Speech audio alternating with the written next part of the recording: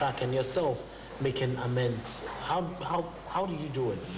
Surely we went about the AFCON games, and besides the results, there were still a lot of positivities, like being ranked the fourth of creating chances. So we could see that there were a lot of things also good, but the execution was not good. So we worked on that. We worked on the unity within the team, that everybody has to understand that if anyone, for example, scores a goal, it's a success from all of the team, and everybody will take a benefit of it. So it's all about the unity. We try to clear the stress, the talkings, the discussions around the team about whatsoever, and I think we minimized it. This was really, really good. And yeah, surely with the first big win, everything cooled off and the self-consciousness came back, and we believed in us, and everybody saw that it can happen. Quite a dominant display in the final, 5 games of the qualifiers. The team, seems to be in tune. Was it the level you expected the team to be? And do you think that it was that moment where you realized that, yes, now I have the team that I have the trust in to deliver? So there are not so many new playing buddies, but it's like everything, it's always a progress. Whatever you do, you always start slow, and then you pick up, and yeah, I was just waiting for this turning point, and yeah, I was happy that it came now, because like I said, the players haven't changed so much, but the understanding, the unity got better. The noise around the team got better, and we could really, really focus on the pitch and on the deliverings on the pitch, and that was really, really good. And it was good from the leadership group, beginning with the captain, with Jordan, but also kudos Thomas and Jico played a huge role in uniting the players, being role models, being disciplined, and this was so important for our success. Coach, in the process, there were a number of injuries to some of the players. Consistently, you were not having, the regular figures that you wanted in your team. How frustrating was it, and how were you able to, fill in, the gaps with those players after, 1 or 2 brilliant performances, they walk out of the team? How were you able to deal with all those frustrations? Yeah, surely, I think for me it's very important, me as a former player who has been injured a lot also, to strengthen those who are injured. So first, I always take a look on those who got injured. How can we help them? How can we support them? But surely on the other side, it's always also a chance for others and for others to shine. And at the moment, really, we have, like 35 players who are really, really good. What makes it difficult for me to decide who will come to the squad and who not. But this is the optimal way to create a team of 23 at the end, if there's a lot of concurrence among the players. And this is really, really good at the moment. Coach, looking at this, how are you able to keep the balance of your team with all these differences? And which areas or which departments of this team do you think needs, more attention and work to be done ahead of the next international matches you play? Yeah, in general, as a coach, you don't only look at the results. You always look about where are the points where we can improve, where can we learn better, and it's always like that. And it's still like that. We can still improve. We can still get better. Surely when you lose, you look even more closer, but also when you win, you look about, okay, where to improve, and it's everywhere. We have to improve, and because it's going to be tougher and tougher, especially at the World Cup stage, and for that, I know we will get better and we can get better. There's a lot of young players there. They will improve. We've still got 8-9 months to go, and I'm very, very positive. But how do you rate the overall performance of the team after, the World Cup qualifiers and then the qualification? No, I'm really, really proud. I really, really have big respect of what they have done, because it's not, especially mentally, not easy to come back like this after not qualifying for the AFCON, and to be there on point, and to score a lot of goals, to be united. This is what we want to see, and this is how we will, deliver for Ghana. Any new players or surprise inclusions that we should expect in your next call-up and then in the team?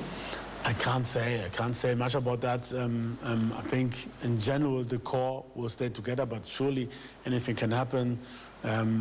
Players are popping up sometimes at a young age, and we will surely have an eye on all the Ghanaian players who can play for Ghana.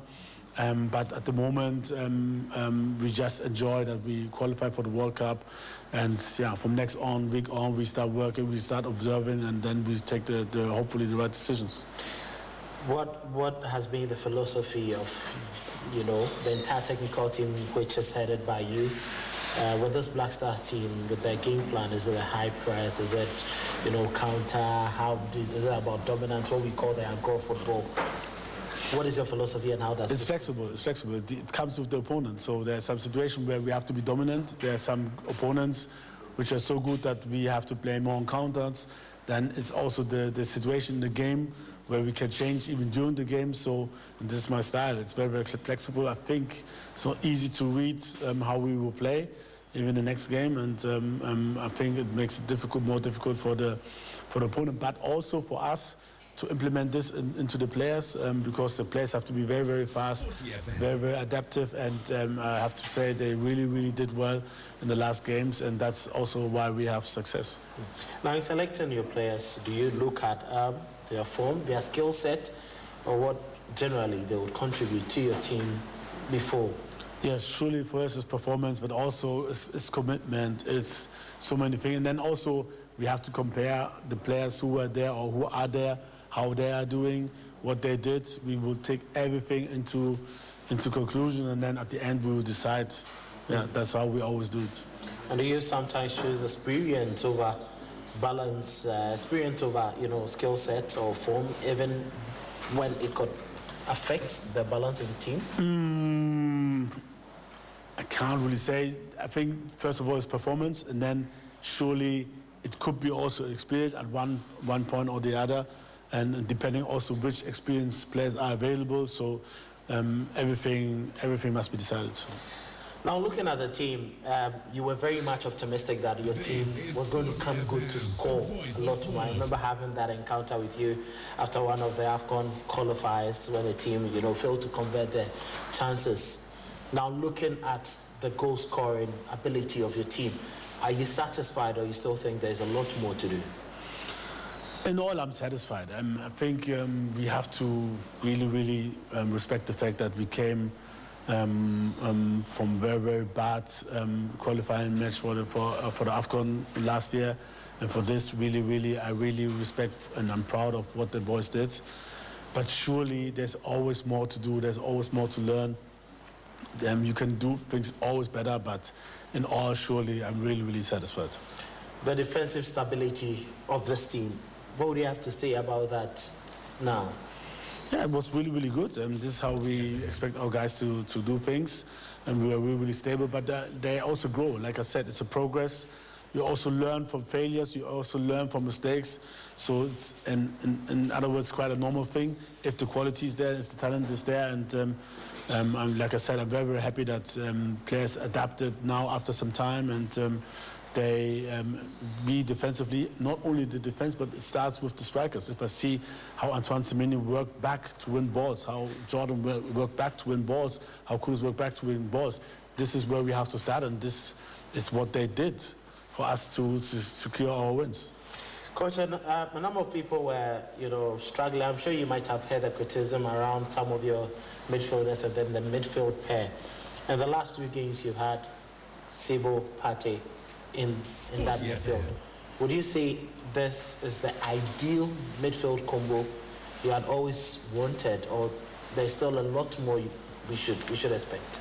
I mean, it depends. We had so many midfields. I remember we had against Mali, we had Abdul Samad and Thomas Partey who did extremely well. We had Ibrahim Sulemana, and we had Abu Francis, we had Elisha. So there are a lot of good players, but surely we have to look at each and everyone's form, and then we have to decide. we were a little bit unlucky against Chad because we didn't have a lot of offensive midfielders because, Enes Noorma, for instance, was injured. Thomas Partey that day was sick. Raymond was injured. So sometimes it's also the situation. And now I think we have a strong midfield, but also there are other ones who didn't play who are also doing really, really good. But looking at the technical team, you made a number of changes was made. New members came in and joined. What would you have to say about the impact, of the current technical team? Yeah, I think they stepped in the same positivity as the old one. The old one, even though we lost, they were very, very positive. And you shouldn't forget that with the old technical staff, we beat Mali away. And then also we turned around a game where we were 2-1 behind against Central African Republic. So everybody's playing his part. But I'm also very, very satisfied with the new technical staff. They're doing all they can, working day and night, providing me with very, very important and good informations. We're doing good with the ball, also against the ball. We're doing good on set pieces, offensive but also defensive. So I'm very, very satisfied with what they're working on and how the players are delivering it. Now, Coach, talking about this, the team has been, very dangerous when it comes to set pieces.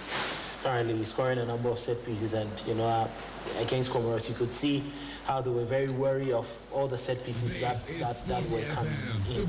Would you say it's as a result of the impact of De Grey since he joined? Also, but it's also the players. I can remember against Sudan, Jiko heading a ball from out of 2 meters against the bar. So sometimes we were also unlucky. Also okay before, and the statistics show that we created also on set pieces a lot of chances. It's just like we didn't turn out into goals. And many have been saying, I'm sure you've seen that photo grade of you and then Mikel Arteta, going on. Some are asking, when you met Arteta, did you pick any lessons from him? Look, maybe to say generally, I'm learning from good coaches, but also from bad coaches. Okay. Sometimes I see coaches and I say, I won't do it this way. And I learned that, okay, if this situation happens to me, don't do this like this.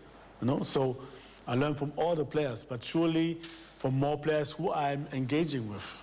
But I also learned from Ghanaian players. I learned a lot at 2014 when I was guiding the team and preparing them, especially for the German game. And Kwesi Appiah, I'm very, very thankful for him to give me the chance to learn from him also. So I learned from Maximo Konadu, I learned from CK Akonoa. So from all the coaches I learned from everyone, even from you. Well, thanks for the compliment. But Coach, looking at how things have progressed, now looking at this team, where do you want, what level do you want to see this team before you can be satisfied that, yes, this is the Ghana Black Stars I want to see? So I think it has to be consistent, and this is what we're working on, and they did really well the last months on that, to defend in a certain way, but also to be flexible in offensive attacking. And if we can keep that, we can surprise a lot of opponents, and we can do a lot of things to harm our opponents. And this is what we're looking at.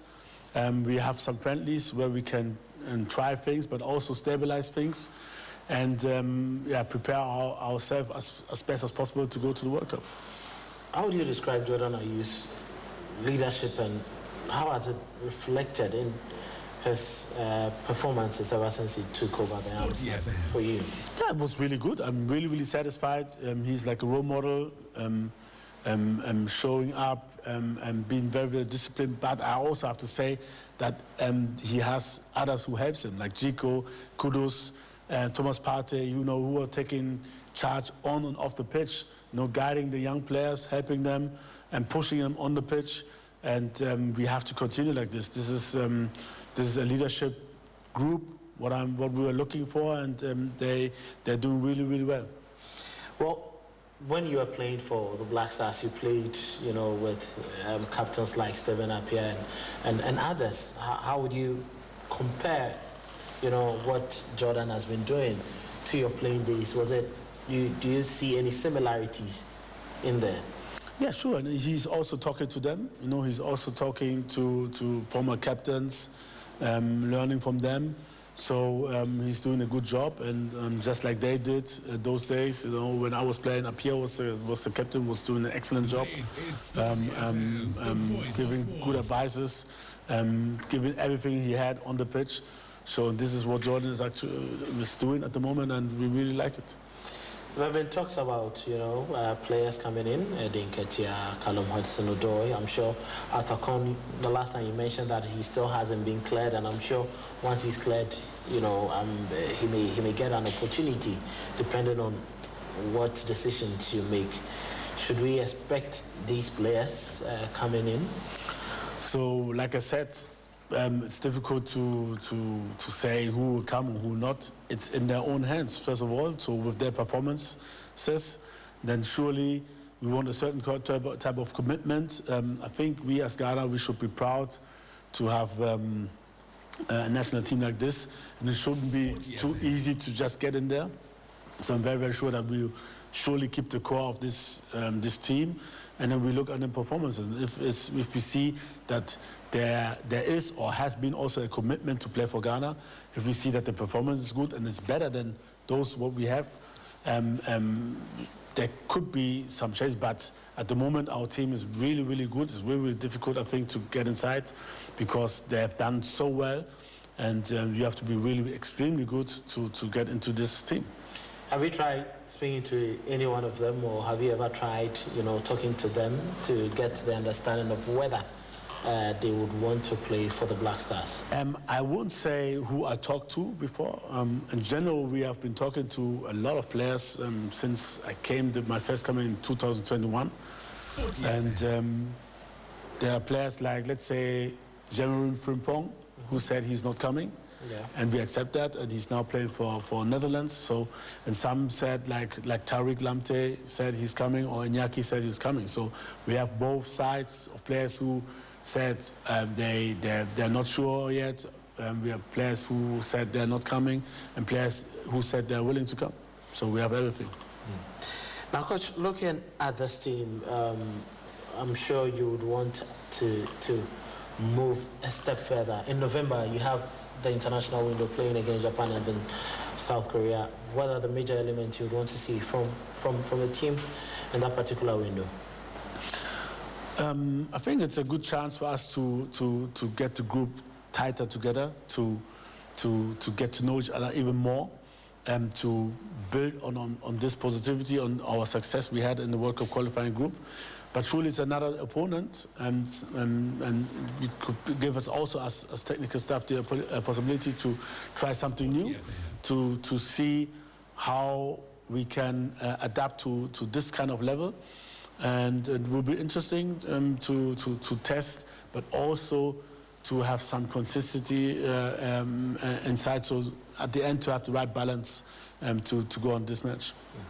Coach Andre Ayew has been without a club for quite a long time, and even in the Black Stars, he hasn't had an opportunity to play in a while. Should he get back into, you know, active playing, as in getting a club? Is he going to get a chance to walk back into the team? So like others, I respect him highly. He's a true legend, but the same like other players who are not in the squad at the moment, I wouldn't talk about him. Well, Coach, your realistic, you know, expectation of yourself and the team going into next year's World Cup, what would be your realistic expectation?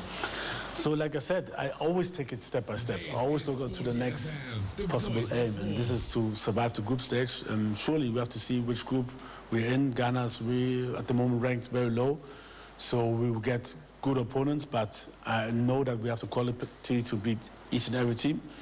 And then once we get into the knockout stage, I think anything can happen and everything is possible. You stopped, or do I say you qualified ahead of Nigeria for the 2022 World Cup. Now they're in a very long route trying to get into the World Cup. Would you wish them, well, what would you have to say about the difficult times that they are going through, and would you want to see them at the World Cup in 2026? For me, I just talk about Ghana. I don't talk about other nationalities. I think I have a lot of Nigerian friends. For them, I wish them all well, but I also have friends from Gabon, I have friends from Cameroon, and players, active players who I know. So it's difficult to say I wish this country more than the others. So everybody should do its best and wish them all well. And there's no negativity towards any country. Coach, there are very few black coaches in coaching, you know, as managers in Europe. After your spell with the Black Stars, would you try or would you want to take up a head coaching or manager's role at any of the clubs in Europe? I think it's way too far to think about that. So for me, I'm just focusing on the World Cup, and that's it. And in football, you can't plan, you can't say in 2 or 3 years I want to do this or that. You know, you go also with the flow, and you see what happens. And so my focus is surely on Ghana, and I want to stay here as long as I can and do good for Ghana. Coach, we've been seeing you go across the country to watch the Ghana Premier League, and we've seen you, you know, call players, Kamadin Mahmudu, Razak Simpson. We saw Frederick Asari that time at Asante Kotoko. Now Benjamin is your first goalkeeper, and we saw Prince also invited. How would you rate the competition and the quality of play you see in the Ghana Premier League? I think you have sometimes games where their standard is very, very high, and sometimes it's low. So it varies really, and but you see a lot of talents. You see a lot of talents, and I even wish I would have had more time to try even more. But at the same time, so this is the difficulty, we have to get a team for the World Cup. So for me, it's not about local league or non-local league or local players or non-local players. It's just about performance, and you see a lot of talented players, and let's see. We're observing them, we're observing their performance, and if we see that anybody can fit in, then surely we'll call them. Are there any notes that you picked that you've shared with, you know, the coaches or even the technical directorate, just to at least get to help the coaches in their directives of the flaws that you identify? Have you been doing that? The coaches? Yeah. Very, very interesting. Good question. I think Winnie has set something in plan to help. And for me, I'm always open for any coach who wants to share ideas. Just like when I go out, coaches are open to me. I want to give this also back. And any coach who wants to share ideas. And we're thinking about one platform or even to make a meeting with coaches, but it's not sealed yet. Which manager did you look up to when you started your coaching career? Which manager did I look up to? I have to say, surely Barcelona was inspiring with Pep Guardiola. And I had the chance to through my former player, Erling Haaland. No, it was not Haaland. To Vince's company. Okay. He was a former teammate of mine to go to Man City, to stay there for almost a week, and to engage and to talk about football with him, with Vince, but also with Pep Guardiola, and it was really inspiring. And for me, he's top, but there are so many good coaches also. You know, they have German coaches, Tuchel. I learned a lot from Kasper Hümann. He's now he was a Danish national coach. He's now the actual Leverkusen coach. So Lucien Favre was good. So there are a lot of coaches where I learned a lot, and I'm really, really happy for that. Coach, what's your regular pre-game ritual? Starting from when? Starting from you as a coach. I mean, like on the day? Yes, the final ritual you make. The final ritual? Yeah. Actually, I don't have a ritual. I don't know. I don't have a ritual. We do always the same. Something that you think brings you good luck every match day? You know, surely I pray every day. But I know that the other team is playing too. So I'm not a better person than you, and you are not a better person than we are all the same in front of God's eyes. So I pray for protection and for guidance. And surely I pray that we win, but the other, like I said, the other team will do this too. So this is maybe the only ritual. If you want to have this as a ritual, then it's so. But I pray also every day, so it hasn't got anything to do with football. Favorite meal before a game? Favorite meal? I'm surely, I'm a jollof rice and kale willy fan. So if I can get this for a game, I can eat it every day, to be honest. so then I'm fine. Choices music? Yeah. Music choice? Oh, Afrobeats. Afrobeats. And some of your favorite artists in Ghana? King Promise, Mr. Easy, Stoneboy, Shatta Wale. I mean the common guys, but I also listen to Nigerian artists. Also, like Asake. I'll also listen to South African music, which is very trendy now. And so there are a lot of artists I like. A late-minute penalty or a last-minute save? A last-minute save. Why? Because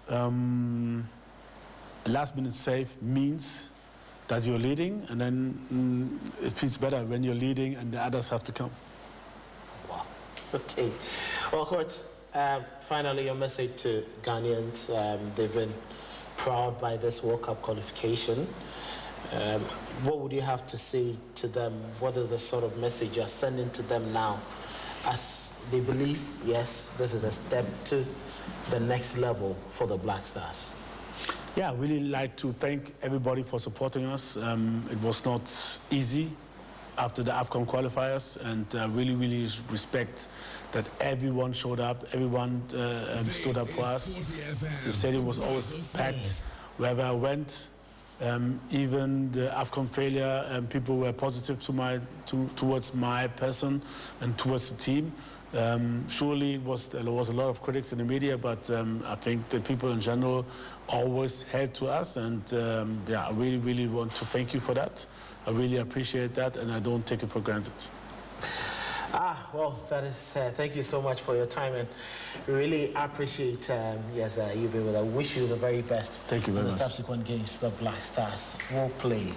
So that was head coach of the Black Stars, Otto Addo, with us here on Sporty TV and Sporty FM. Don't forget that November, there is also another challenge that will come for the team in the international window before we set ourselves up for next year.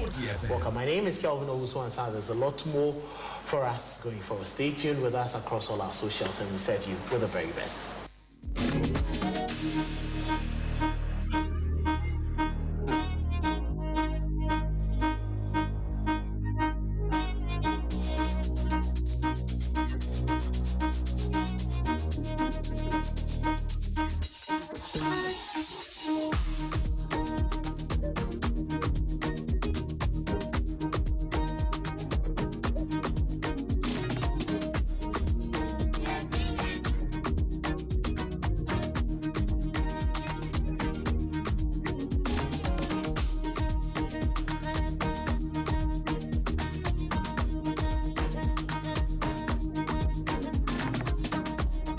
5 minutes after 8, this is the Sporty Breakfast. So just gone by, Kelvin Owusu's interview with the Black Stars head coach touched on a number of things: the path to qualification, what he wants from the team, and a few of the light matters. You can send in your comments 054-257-1061, 054-257-1061. Now, earlier I told you about going to watch the AFCON in Morocco.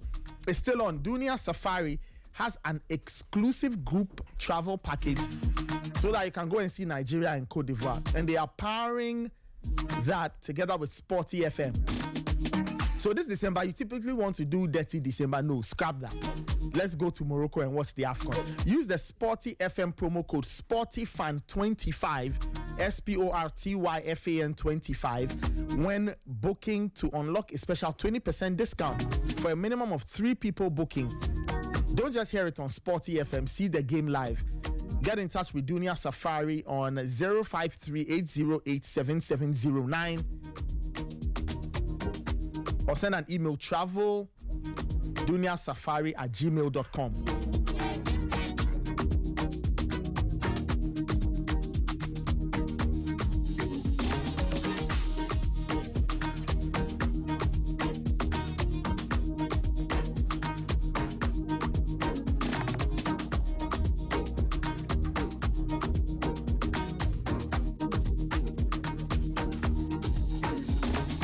Yeah. So limited spots are available. So visit duniasafari.com or call 053-808-7709. Or you can send an email travelduniasafari@gmail.com. Follow them on Instagram, Facebook, TikTok at Travel Dunia Safari. Don't forget to book using the Sporty FM promo code SportyFan25. MTN's free after one extra is also on. Just dial *550#. Follow the prompts and join, and you get to give yourself a lovely time talking. For every 10 minutes you talk within the hour, you pay for only the first minute and you get to talk for 60 minutes straight without interruptions. Wonderful stuff from MTN. Raymond Nyawanda is here. Ray, yeah. The studio we've been surrounded by big men. They are big men. Very, very. Yeah, it's a big man invasion. Because if Yaga the General is here.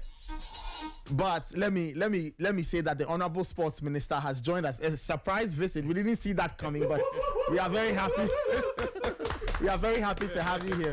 The Honorable Kofi Adams, yes. MP for Bohem and the sport. He's the Sports Minister. Honorable, good morning. How are you doing? Good morning. I'm good. I'm happy. I'm elated and for everything that it is that we've achieved together.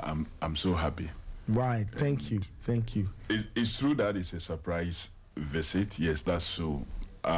Minister responsible for sports and recreation, and after such a long, difficult journey and achieving what it is that we have achieved for ourselves as a country, qualifying for the major sporting event, which is the FIFA World Cup, it's appropriate that I take it upon myself to visit a few areas and to say thank you for the great and wonderful contribution that you put into this project. And so this is not your invitation, this is my invitation to let you know that, look, you guys contributed significantly by bringing the issue to us. It's not everything we will know. It's not everything that sometimes when you meet people, they want to open up and tell you. But you may be lucky in spaces that you go, you hear it. And when you are bold enough to put it out, we pick it and we initiate activities to deal with such things.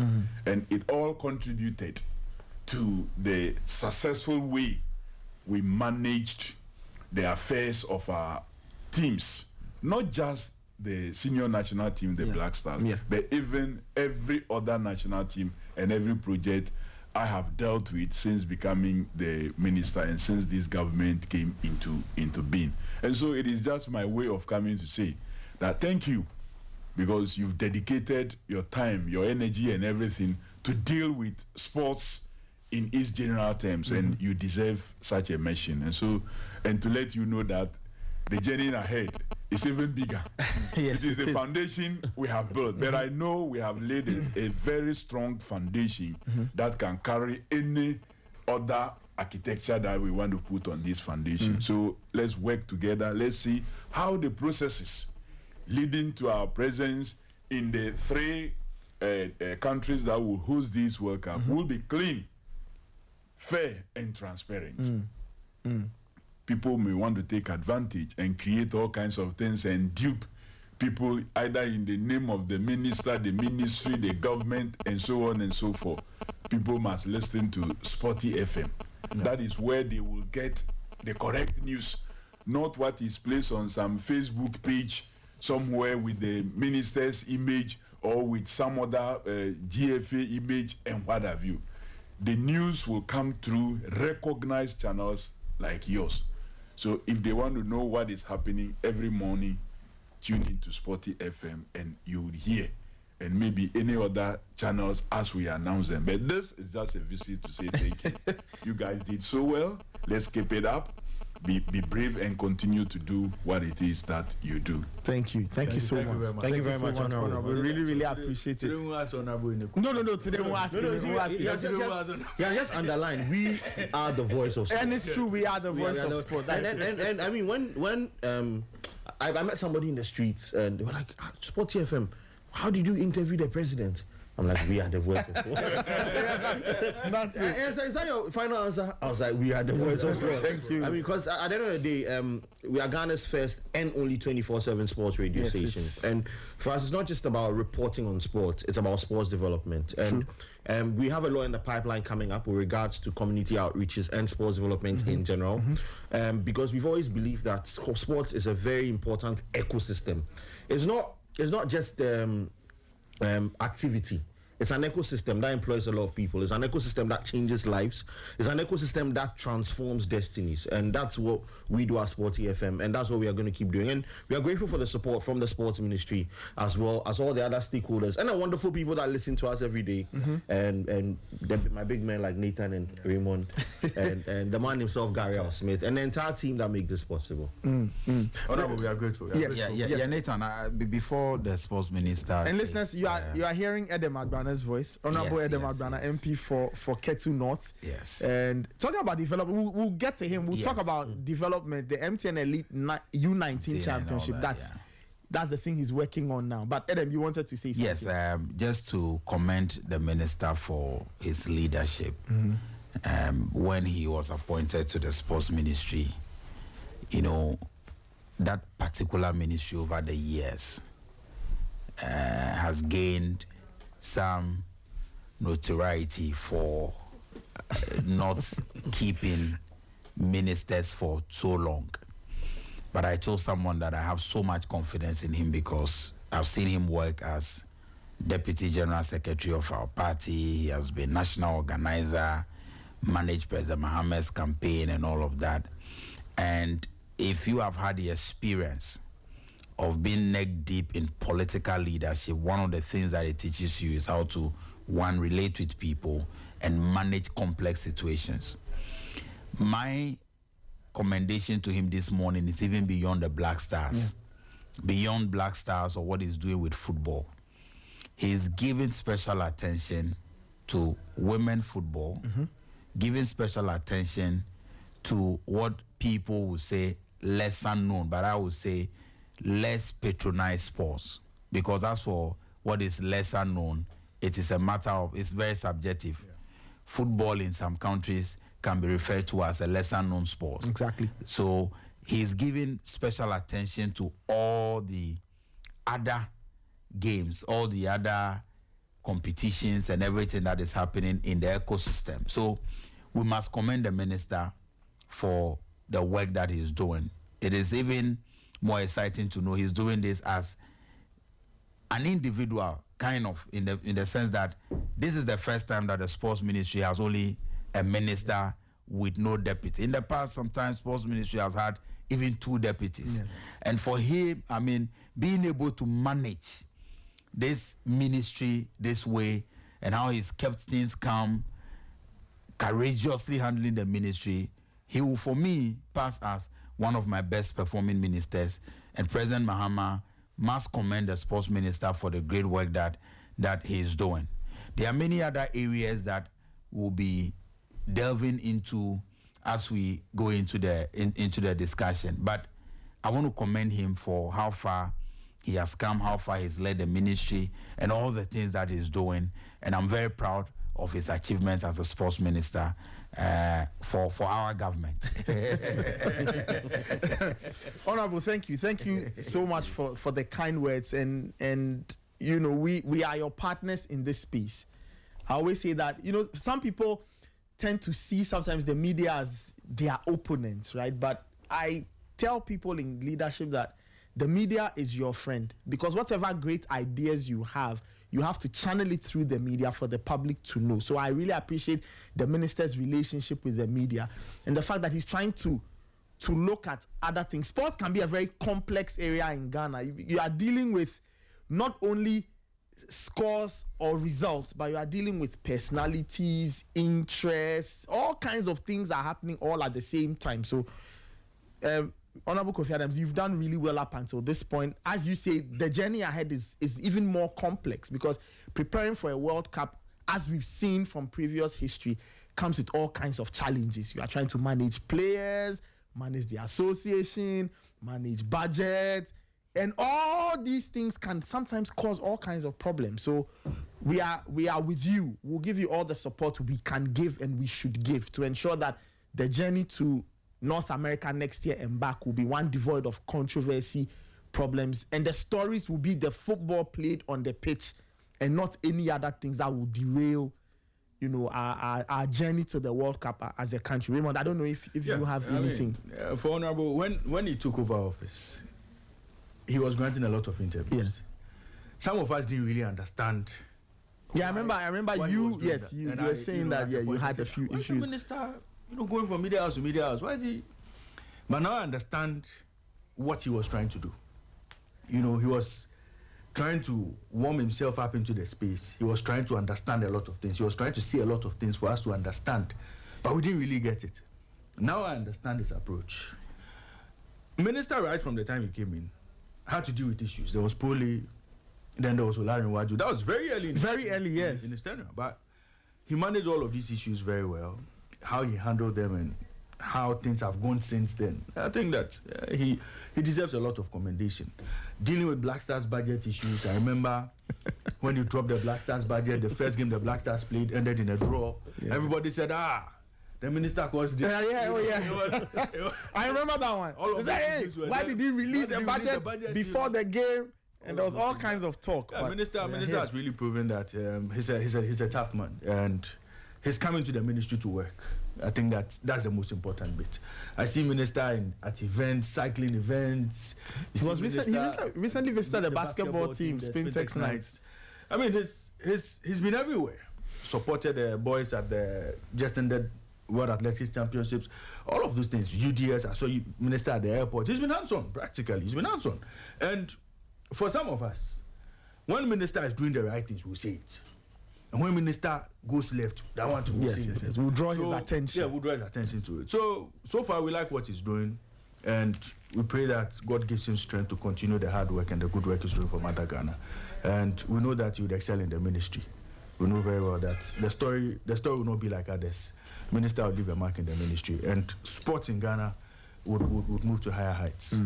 As for the World Cup journey, I mean, as you said, it's a very difficult one. It's a long one. So we are your partners all the way through. We will do our bit as media, highlight the issues, criticize constructively where we must, and provide suggestions, ideas, support, and a platform for you to also, propagate any messages, any ideas. So, Minister, thank you so much for visiting us. Thank you for the kind words, and congratulations, because you have led this. You have really played your part in getting Ghana to a 5th World Cup appearance. So, because I don't know if you have any words, and then we can. I think you've said it all. I mean, I've interacted very extensively with Honorable Kofi Adams. Yes. I mean, apart from him being one of the most committed people you'd ever meet, he's accessible too. Yeah, very extremely. And you see, sometimes it's about the concern you have for progress, right? And I believe that he's an individual who is very concerned about progress. And if you are concerned about progress, it means you'd go every length to ensure that is done. Even if it means biting the bullet sometimes. I mean, I've had to tell people off on my show for example, when that budget was released, I said, listen, it's transparency. And it is a step in the right direction. And sometimes it takes a lot of courage to take that first step in the right direction, especially if you've not been in that direction before. And as a nation, we've not been in that direction before. And he took that step because he's concerned about progress. And that concern was what drove that step. So we're hoping that the step becomes a stride, and then the stride becomes a journey. And the destination is something that would excite us all and bring us all the success we want. Because like I said, for us, it's an ecosystem. And all of these contribute to the success of it. So thank you very much, Minister. We are grateful for the concern. We are grateful for the effort. And we are grateful for the fact that we can see the certain light at the end of the tunnel for our sports. Wonderful. Right.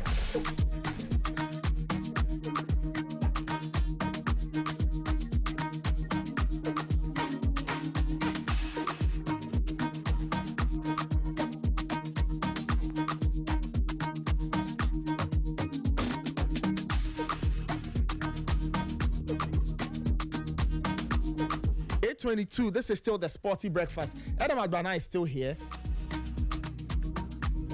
Edem wears two hats. He's MP for Ketu North, but in our space, he's the chairman of the MTN Elite U19 Championship. It was launched 2 days ago at the GFA's headquarters. Edem, just run us through. So for somebody who did not attend the event or is hearing about the MTN Elite U19 Championship for the first time, what's it all about? How did it come about? What's the story behind it?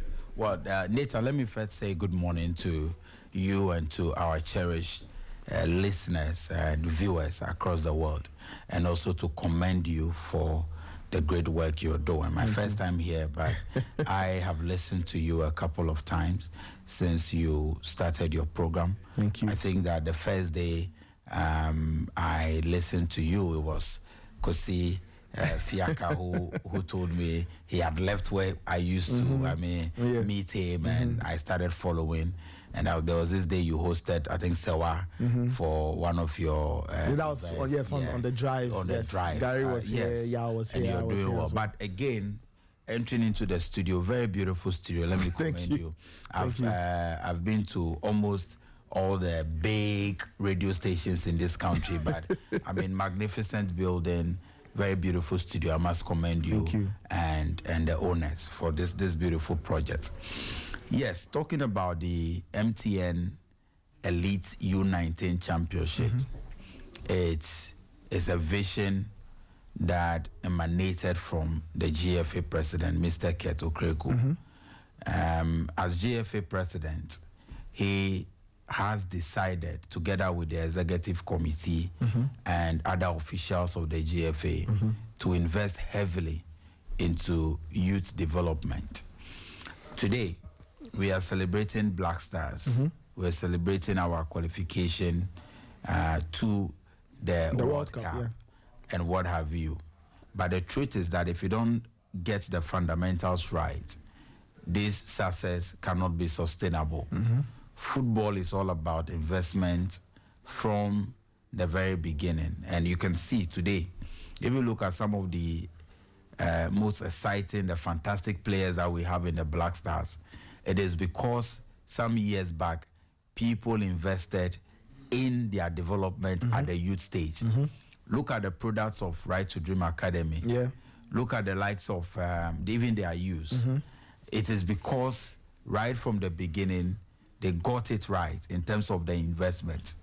Now, as a country, as we have seen football as an ecosystem that can solve issues of unemployment, that can increase revenue. And when you even look at the amount of money, remittances that come into the economy from footballers, you would see that it is a sector that if we invest more into it, it will do this country a lot of good. So the GFA president, Mr. Keto Kreku, and the leadership of the FA decided to invest heavily in youth football. So they started with the U15 for boys and girls. Then they have another section, which is the U17, KGL, U17. KGL, U17. Also for boys and girls. As I speak, the U17 girls competition is ongoing at the Ghanaman Soccer Center of Excellence, Pram Pram. And this new one, which is the U19, is the latest addition to these championships, aimed at unearthing, aimed at discovering talents. But what is unique about the U19 championship is the fact that, Nathan, this particular championship is targeted at those who were born in 2007 and 2008. This age bracket. 2007 and 2008, which means 17 years and 18 years. 17, 18. 18 years. Now, this 17-18, for those who understand football, you will know that 17-18, this age bracket, is actually the transitioning point from court football to professional football for most players. Yeah. So it's a critical age. And so how do we discover the best talents within this age bracket and properly support them to transition to becoming professionals? Okay. And what is also unique about this tournament is the fact that it is reserved for Division 2 players. Division 2 players? Yes. Okay. So you must be, to qualify to play in this championship, you must be a registered player born in 2007 or 2008, registered with a Division 2 team, okay, and actively play with a Division 2 team in your region. Now, when you go to every district, you will find Division 2 teams. Yeah. You will find excellent talents, great footballers. But what has been missing over the years is the bridge. How do they, or which opportunity do they have to showcase their talent? So Mr. Keto Kreku and the leadership of the FA thought it wise to come up with this special championship so that these players, excellent talents, will have the opportunity to show their talents.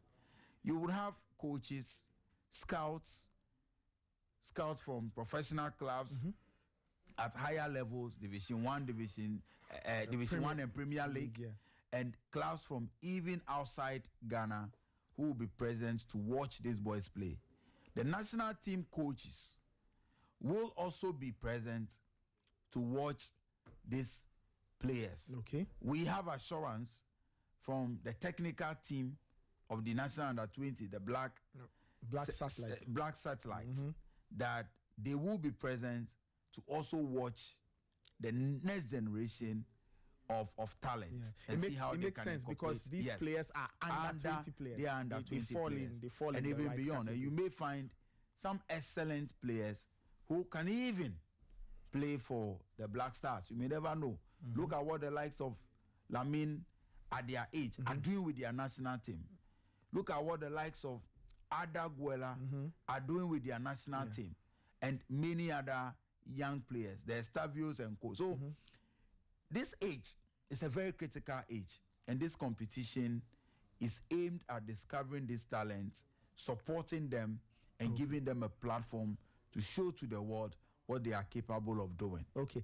I'm curious, you did say that Division 2 clubs, there are lots of them around the country. Yes. So what are the modalities in selecting the teams? Are all of them playing? Are you putting them into groups, regions, zones? How would that play out? Excellent. The competition is in regions. Okay. So what is happening? I can speak for Volta region because I own a Division 2 team in the Volta region. We got a communique from the regional FA that we should nominate or bring our best players or some of our excellent players for a regional scouting event in Ho. So as I speak, since Monday, Volta region has been busy with coaches scouting for best talent from all the Division 2 teams. Okay. So players from my team, Nukunu, were in Ho yesterday. They played. The coaches are looking at them, and by the end of this week, the best teams or the best players will be selected to form the regional team. And that will be replicated. And that is what I believe will be replicated across all the 10 football administrative regions. Yes, true. So that is what is being done. Because in all the teams, so when you come to my team, for example, I want us to get very practical with the discussion. Yes.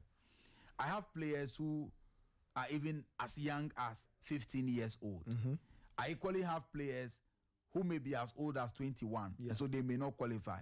So all the teams, Division 2 teams, have received the communique that your players who fall within that age bracket, 17, 18, who you believe are good and can make the cut for the regional team, Okay. send them to the regional FA. Then they have also appointed a technical team looking at them. So most of them are in the process of selecting their players or their teams. Okay. And next week, 23rd, we will officially be receiving the teams from all the regions. And 24th, we kick off the competition. And so the selection process is ongoing. Some regions are even done putting their teams together. Each region will come with 20 players and 5 members, 5 officials or 5 technical team members, making a delegation of 25 from each region. And we'll put them together at Pram for the 14-day tournament. We'll start on the 24th and end on the 2nd of November, where we'll be playing the finals. All matches will be played at Pram, but the finals, the third and fourth place, the third place and the final match will be played at the Magdan Stadium at Teshi, because we want to hold a bigger event and bring the community should have a feel of the 2 regions or the 2 teams or the 4 teams that will make it to the semi-finals. And so it will be an exciting event. I'm okay. So the selections will be done and all of that. So if you have 10 teams, I'm just curious, how would the initial stages play like? Will you split them into 2 groups? Will they play each other? Yeah, so at the launch, we did the groupings. So we have 2 groups. And I can share with you how the groups are looking, so you know which team is in which group. So we did a draw, and at the after the draw, the fixtures have been done. So in each group, you have the all play all. You have the all play all. So these are the groups. Group A has Northern Region, the Upper West Region, Brongahafo Region, Eastern Region, and Western Region. Group A. So that's Group A. Yes. Then Group B has Greater Accra Region, the Ashanti Region, Central Region, Volta Region, and Upper East Region as Group B. So we did a draw. These are the groups. Group A has Northern Region, Upper West, Brongahafo, Eastern Region, and Western Region. And Group B has Greater Accra Region, Ashanti Region, Central Region, Volta Region, and the Upper East Region. With regards to the fixtures, when we start match day 1, what we intend to do is that for each group, there will be what we call the all play all. So if you are in Group A, every other team in your group, you will play each other. I see. Same for Group B. Then so each region will play 4 matches. 4 matches. In the group stage. From the group stage. After playing the 4 matches, the top 2 teams from each group will qualify to the semi-finals. And they will play the semi-final match to determine which 2 teams qualify to the final. And then we'll play the third and fourth place game. So basically, this is how the competition is structured, and we intend to make it very, very exciting. But beyond the games and what you see on the pitch, together with the GFA, we've also made arrangements for technical support. And so there will be a technical team on grounds to assist the regions and also to assist in looking out for the talents that we need to support into the national team and also into getting selected for teams that are in the higher divisions. So it is not just a competition for we are not just looking for a winner. We are looking for talent. It is possible that a team may not even progress to the semi-finals, but we may find some talents in there that are worth supporting, and pushing forward. And that is what this competition is all about. Even though I'm the chairperson for the committee, I must say that I have enjoyed support from my team members. Very fantastic team members. As you are aware, I'm a member of parliament. I have so many other commitments. Yes. Recently, I traveled out of the country for more than 2 weeks. But all the arrangements and the preparations towards the event, trust me, my team members were on the grounds, made all the preparation, were always communicating, and we work so much as a team that when you come, when you attend any of our meetings, it may be difficult for you to know who is the chairperson, who is the vice, and all of that. And I want to commend them for the great work that we are doing. In fact, the committee started work before I was appointed as a chairperson. So they started with somebody else as a chairperson, and later I was brought in to replace the person. I'm told he resigned, and I took over not too long ago. But I've enjoyed the support and the cooperation of my team members and the GFA, and I must say that we are on course and will deliver a very, very, very, very beautiful event. Wonderful. MTN are the sponsors. How is it like having them on board? And what kind of support has MTN given to this competition?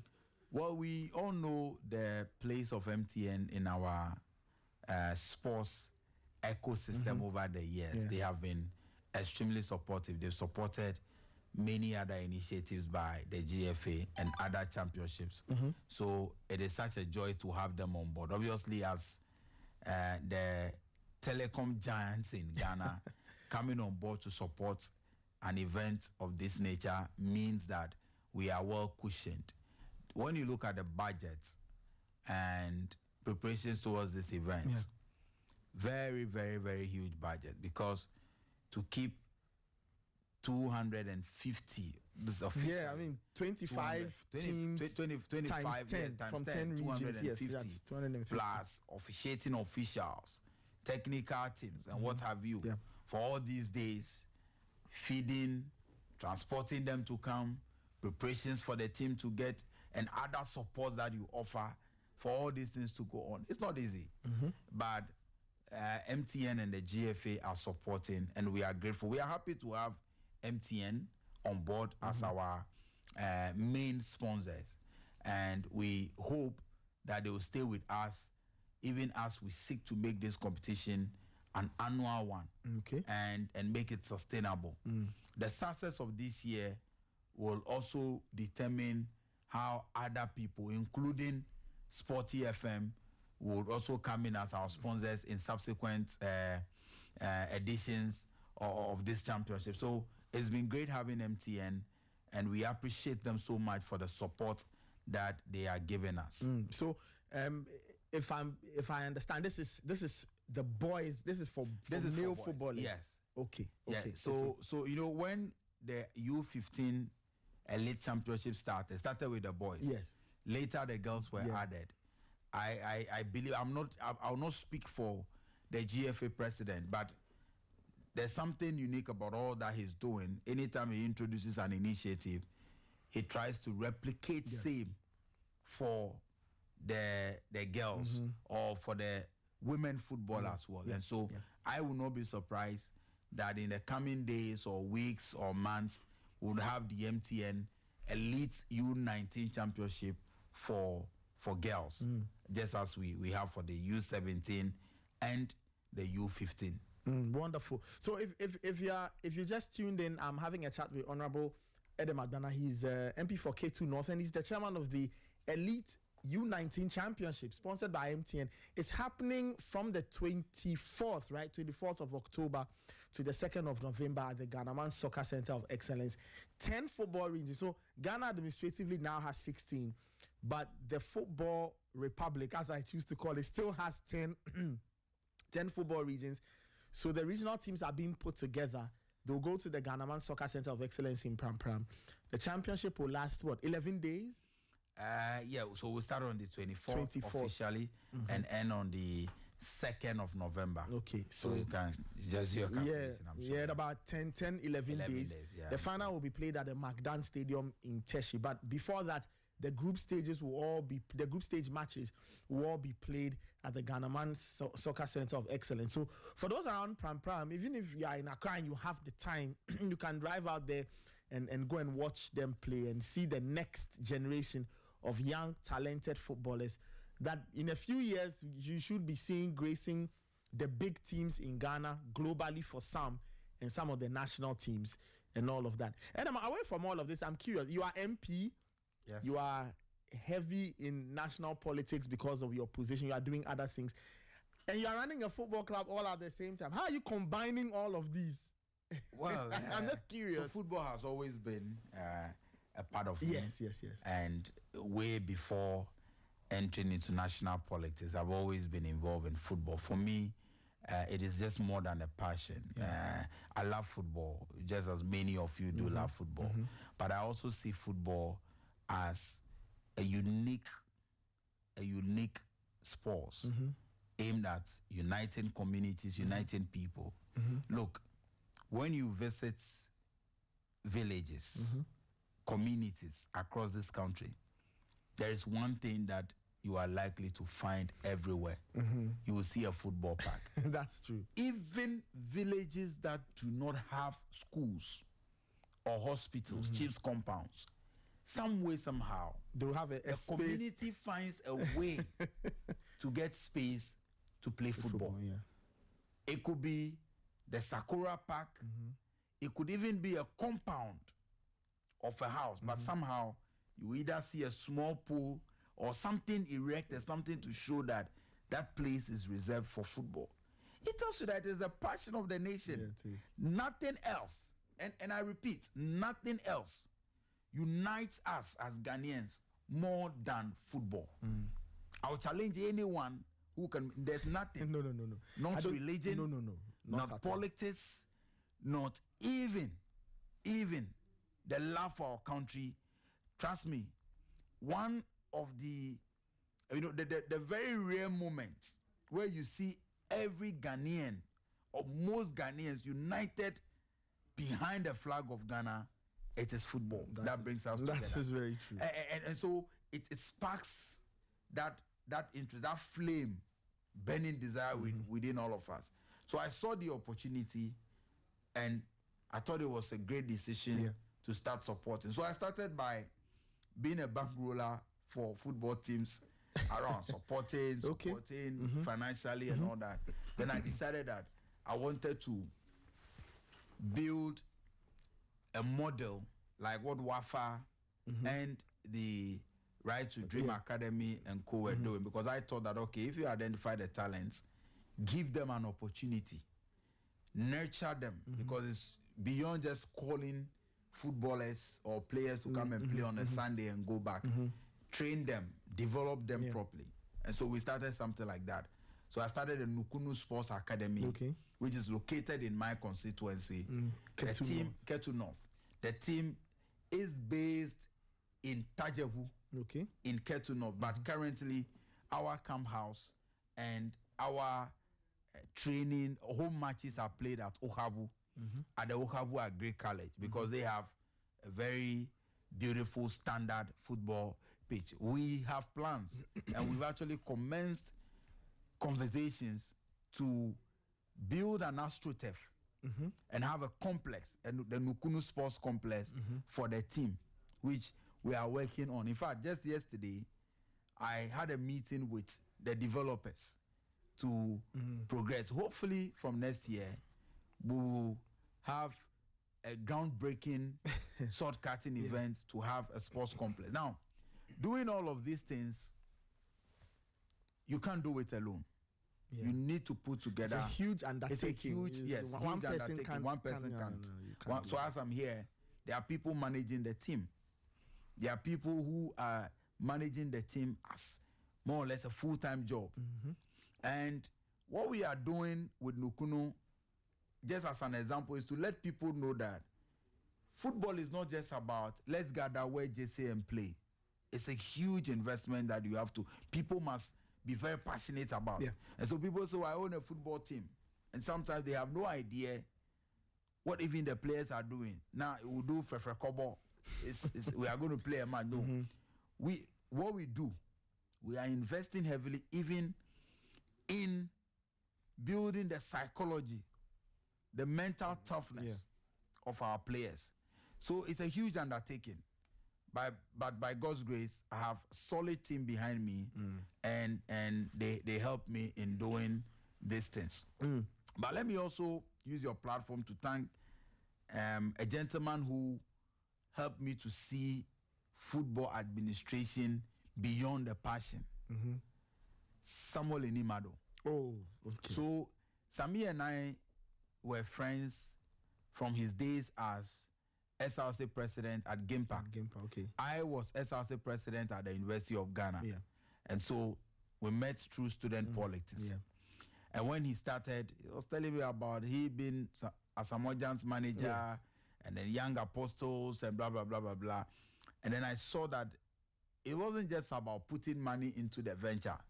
I needed to have a stake in it. So I actually began my football administration officially or properly with his help and guidance. Okay. And so I commend him and I thank him for, and I know he's very proud of what I'm doing. And along the journey, I've met the likes of Randy Abe and currently the GFA president and my very good friend.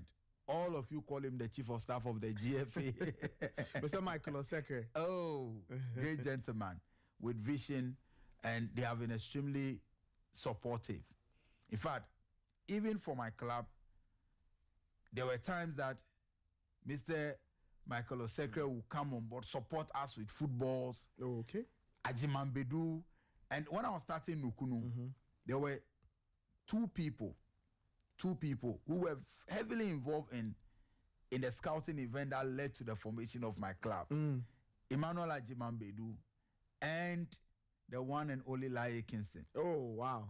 Great. They spent 2 days in my constituency Helping with the scouting. And guess what? When we finished, I placed something small in an envelope and thought, I said, no. Bro, we are here to do this for the passion. They didn't take anything from me. They did it out of the passion. And in fact, that's many of the young boys just seeing Laye Kingston and playing along Ajimambedu for 2 days was such a great motivation for them. And so you can't do this job alone. There are many people that you meet along the journey who will be very helpful to you. And they have been helping since. Laye is still interested in what happens with my team. Ajimambedu only last week sent 15 footballs to the team to support. That's wonderful. Yes. So they are still interested in what we are trying to build with the boys. When they came, they saw talent, raw talent that needed development, that needed the support. And Laye did something that, for me, I find it as I don't want to call it mysterious, but I find it as a mystery, right? There was a particular player who entered the field, and just by how he moved, he really touched the ball, and Laye said, this guy will be a great player. I was like, but how? He hasn't and trust touched me, the ball. almost all the matches that we have played, that gentleman, his name is Shadrach, one of the most fantastic players that we have in our team. Wow. That's Distribution, his control of midfield, even when he's playing against older players. Awesome gentleman. And Laye always tells us that this is the future of your team.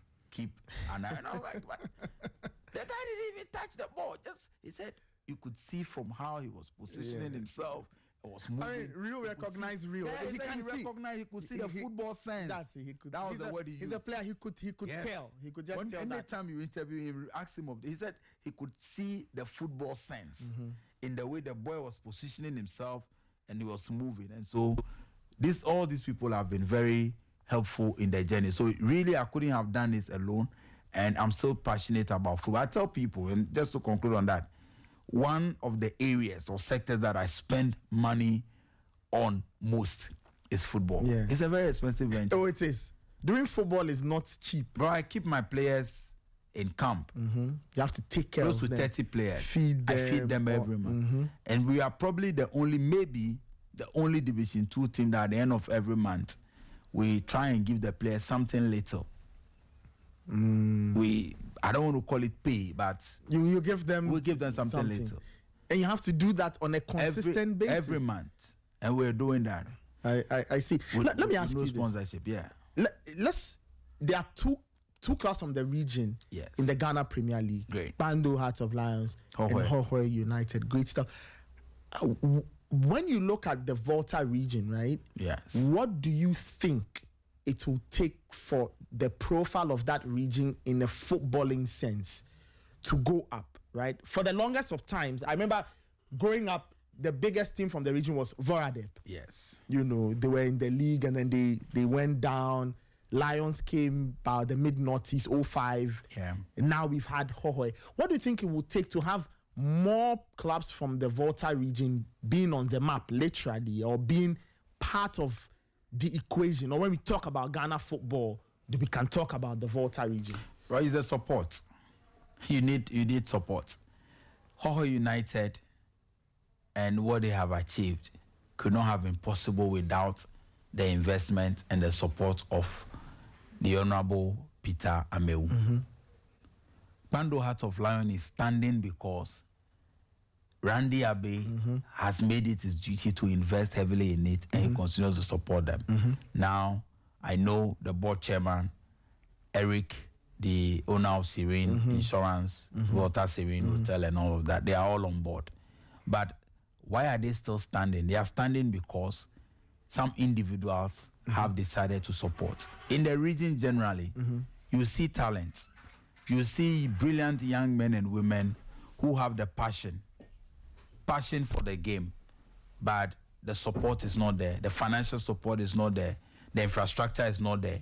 And I say this, I want for me, and I'll say this without any fear of contradiction. One of the things that we will not, as a region, forgive the NDC government, forgive President Mahama, forgive my big brother, the sports minister for, is if in the next 4 years, nothing is done about the whole sports stadium. Bro, anytime you visit the whole sports stadium, it's a pity. Yeah. It's a complete embarrassment, the state of that stadium. So, Bando Sports Stadium, individuals, private people, Randy Abe and Serene Insurance, they have invested in keeping it that way, making it standard for Heart of Lions. Hohoe, the stadium, Yeah.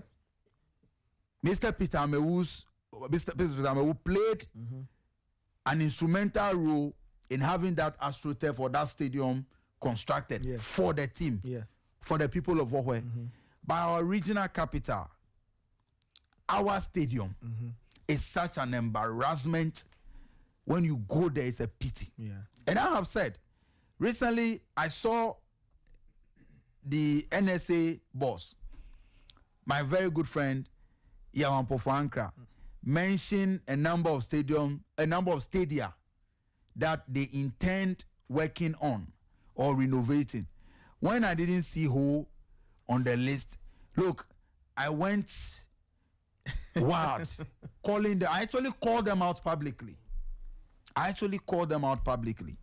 And I told them that we will not forgive them if the whole stadium is left to rot, is left in the condition it is today.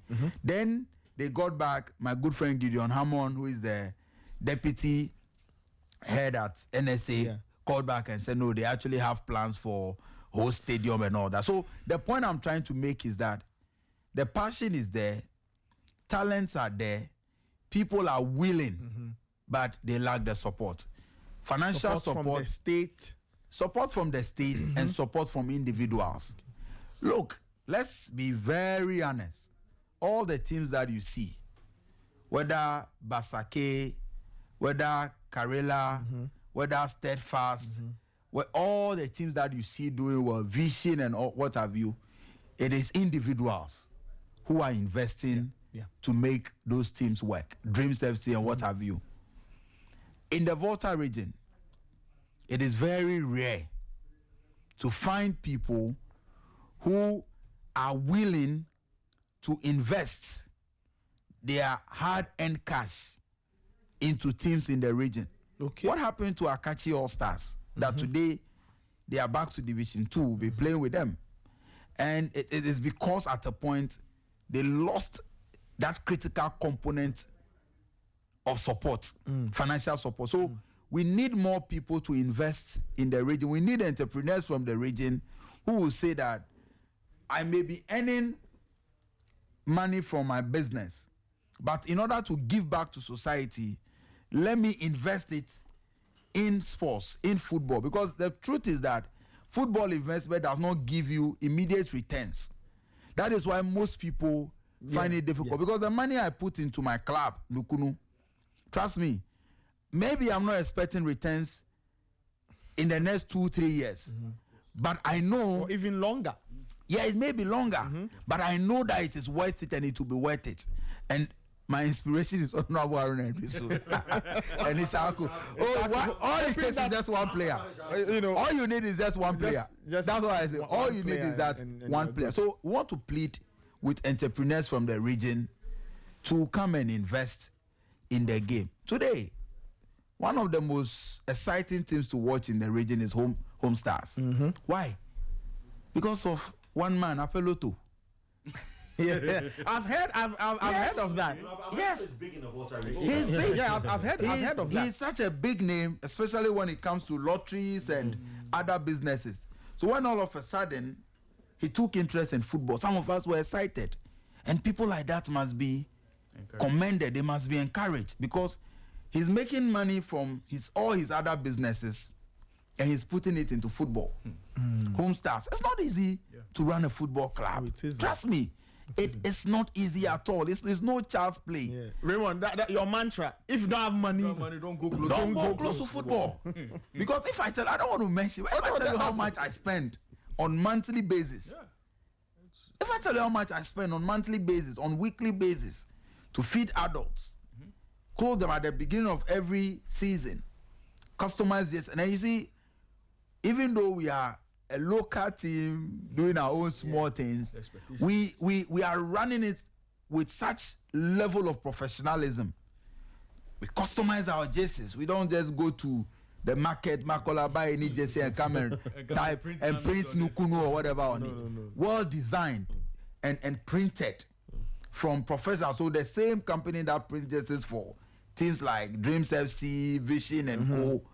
That's Maniac. Yeah, Maniac. Yeah. Yes, they print our jerseys for us and all of that. And we are investing so much into that. It takes a lot of passion and commitment to do that. Recently, I got one of my friends involved in football. He's also a young entrepreneur. His name is Daniel Agbado. He took over a team in Afiadenigba area called Ajigo Warriors. And people are wondering, they are hearing Ajigo Warriors. They are performing.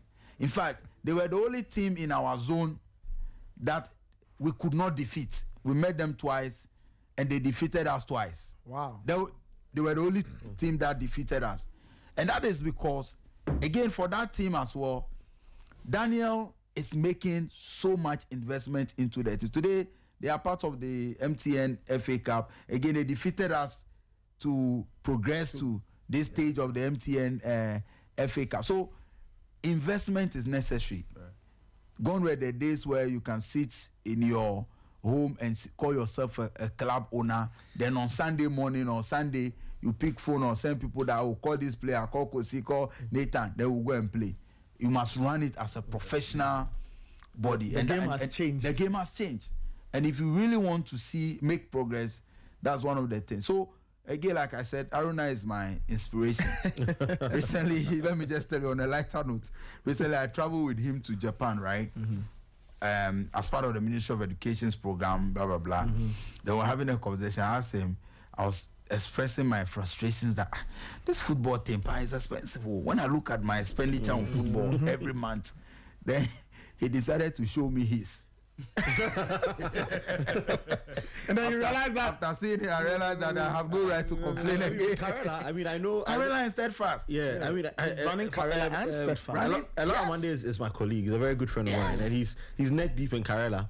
And some of the things he told me about running down, I was like, Charlie, why are you still doing it, man? Charlie, it's but then again, All of every very, very expensive. It's more like sunk cost until that one player.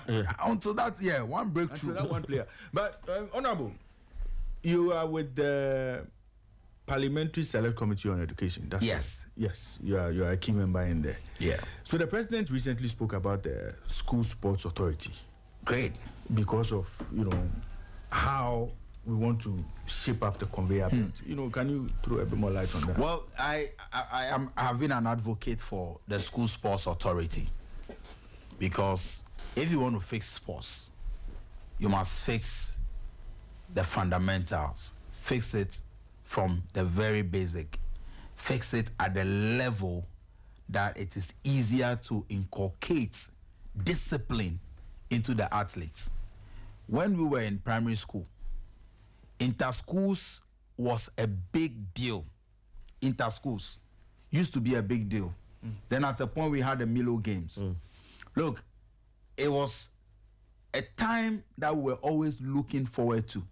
I used to play the under 12 for my school back then. At inter-schools, you see people running 100 meters, high jump, and all the other games that today we refer to as lesser known sports, volleyball and all of that. And these are actually sporting disciplines that can earn us medals on the international stage. But because today we have virtually collapsed inter-school sports, petty politics and lack of leadership has collapsed inter-school sports. We need to admit some of these things. Today, we are unable to find the quality players or sports men and women from our schools. So one of the things I have been advocating for is that have the School Sports Authority. Let that authority not be under Ministry of Sports. Let it be an agency under the Ministry of Education. Just as we have GTech, who is to ensure that courses, only accredited courses are run, what have you. Let the School Sports Authority sit with GES and incorporate sports properly into the GES calendar. So we all know that, for example, second week of February, all schools across this country will be engaged in inter-schools sports, right? Then we all know that first week in March, selected athletes from each circuit will be competing for the inter-circuit games. It must be part of the calendar. Then we all know that after inter-circuit, we will do inter-district and do regional. Let that School Sports Authority be responsible for managing sporting disciplines across the country in our educational institutions. That is the only way you can discover some of the best talents that we're looking for to take Ghana to the global stage, not just football. Athletes, even boxing, high jumpers, and what have you. You can fix them properly if you have the School Sports Authority. I'll be very excited if President Mahama and the Sports Ministry are able to execute this particular vision. It will be one of the biggest legacies that President Mahama will leave within the sports fraternity. The School Sports Authority is a must. And it's one of the things that we must do. Ministry of Education, Ministry of Sports must collaborate to do it. Right. Since you're in the education space, yes, one of the challenges some of us have identified has had to do with knowledge transfer. Yes. So transfer of knowledge has been a problem. So me, for instance, in my former school at the Sadel College, one PE master we teach basketball, we teach volleyball, athletics, high jump, triple jump, discus, everything. It's one PE teacher. So how to do it well, how to do it the right way, all of those things become a challenge.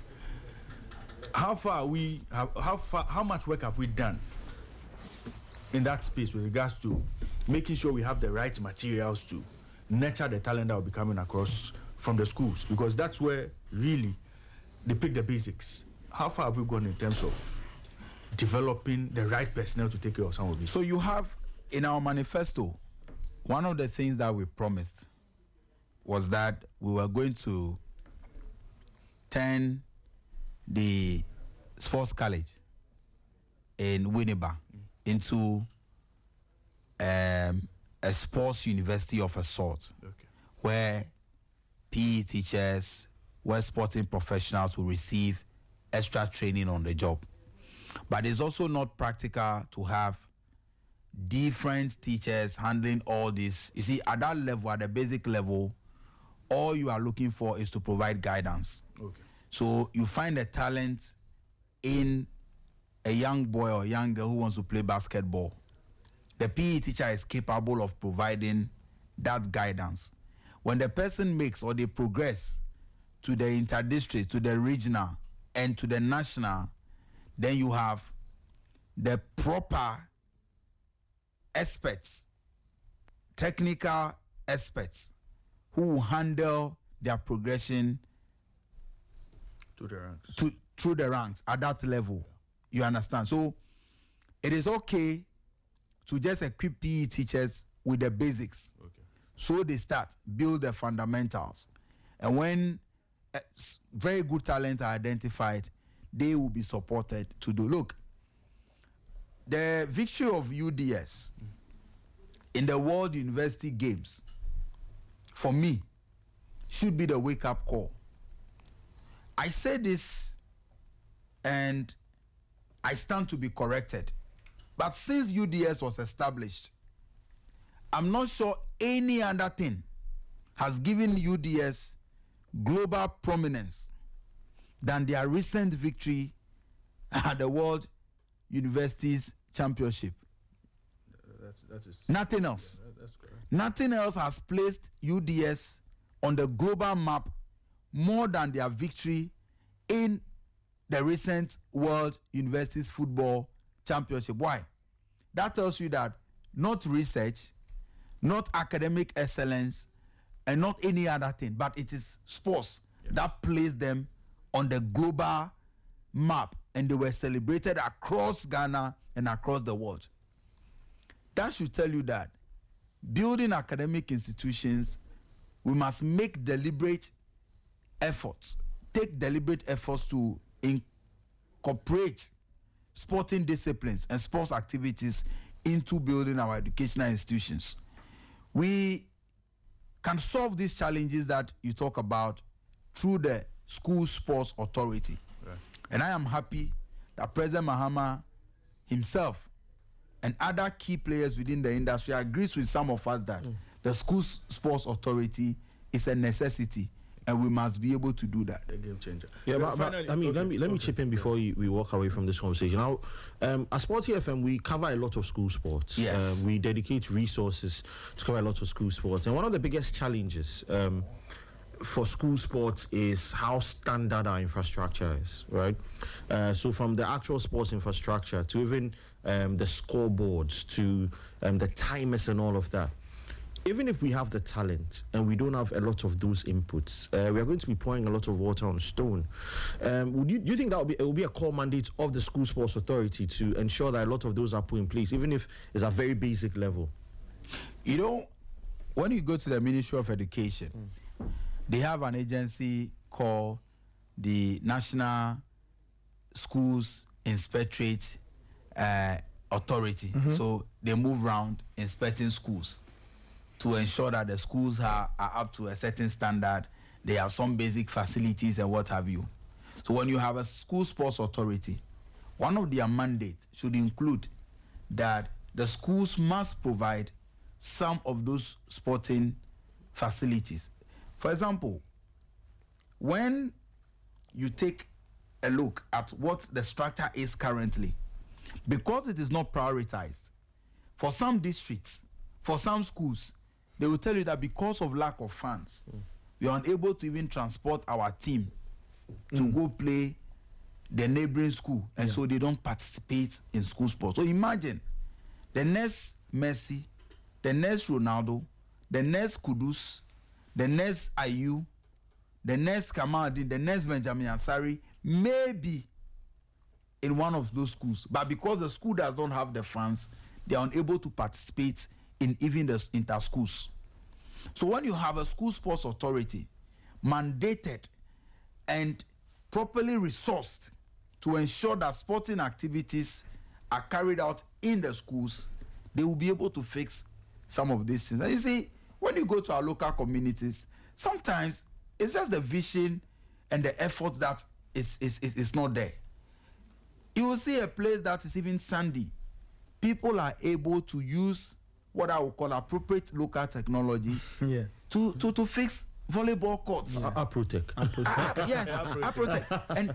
And those things are, if you have the school sports authority and schools are told that in the next inter-schools, these are the games or these are the disciplines that you will be competing for, let me tell you, teachers or the heads of those schools will make the effort, because it becomes a matter of bragging rights. So they will make the effort to put in place the structures for those games to take place. I think it's a necessity. We need to do it. Yeah, you talk about resources. Yes. And over the years, as big as sports is, governments have not prioritized sports. We've heard government say a lot of nice things. School sports authority. Successive governments. We've heard government say a lot of nice things. School sports authority will invest in least finance sports, or will invest in lesser known sports and all. But presentation of budget for 2025, 65.9 million Ghana cedis allocated to the Ministry of Youth and Sports and Recreation. Clearly, for goods and services and all, very small. Hockey teams are complaining about no funding. Ghana Athletics is complaining about no funding. Swimming is complaining. Tennis is complaining. Badminton is complaining. Almost all the other sports that should be properly taken care of are not receiving financial support. Is sports really a priority of this government? For the NDC government, to the best of my knowledge, sports remains a priority. I agree with you that budgetary allocations to the sports ministry or to sports over the years have not been encouraging. I agree with you, and it's not a matter that is up for a debate. Yeah. But I think one of the things we can do as a country to solve this problem is the issue of the sports fund. Because when you look at education, I mean the education space as well, we are also crying that budgetary allocation to education is not enough. Health ministry, there's what we call the Abuja Declaration, which says at least 15% of our budget should be dedicated to health. We are complaining because we are unable to meet that 15%. Road sector, they are complaining that they don't. So because generally you have a challenge of lack of funds, you are not able to satisfy all the requests that comes from the various ministries. But again, I agree with you that sports ministry deserves more in terms of allocation. I'm sure if we had the resources, the Minister of Finance, the Honorable Otto Addo, would have allocated more than what we allocated to the ministry in the last budget. But the sports fund or the sports development fund can be a solution. Okay. I was one of the spokespersons for President Mahama and the NDC in the lead up to the 2024 elections on sports. Yeah. And one of the things we spoke about was this sports development fund. And I'm happy that the ministry is working on it. Cabinet has considered, and when Parliament resumes on 21st, it will be one of the bills that will be laid before Parliament for proper legislation to take place so that it will become an established fund with various sources of revenue for the fund to support sports development in this country. So, yes, I agree with you, but the solution is what is in the offing, which is the Sports Development Fund. We need to invest in it. One of the things I also believe we have to do is that as a country, as we are encouraging corporate social responsibilities for private firms, we need to, and also even government agencies, we need to encourage them to invest in sports.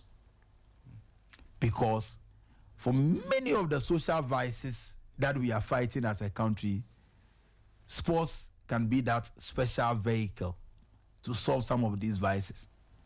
Sports, very key, very integral. So let's encourage.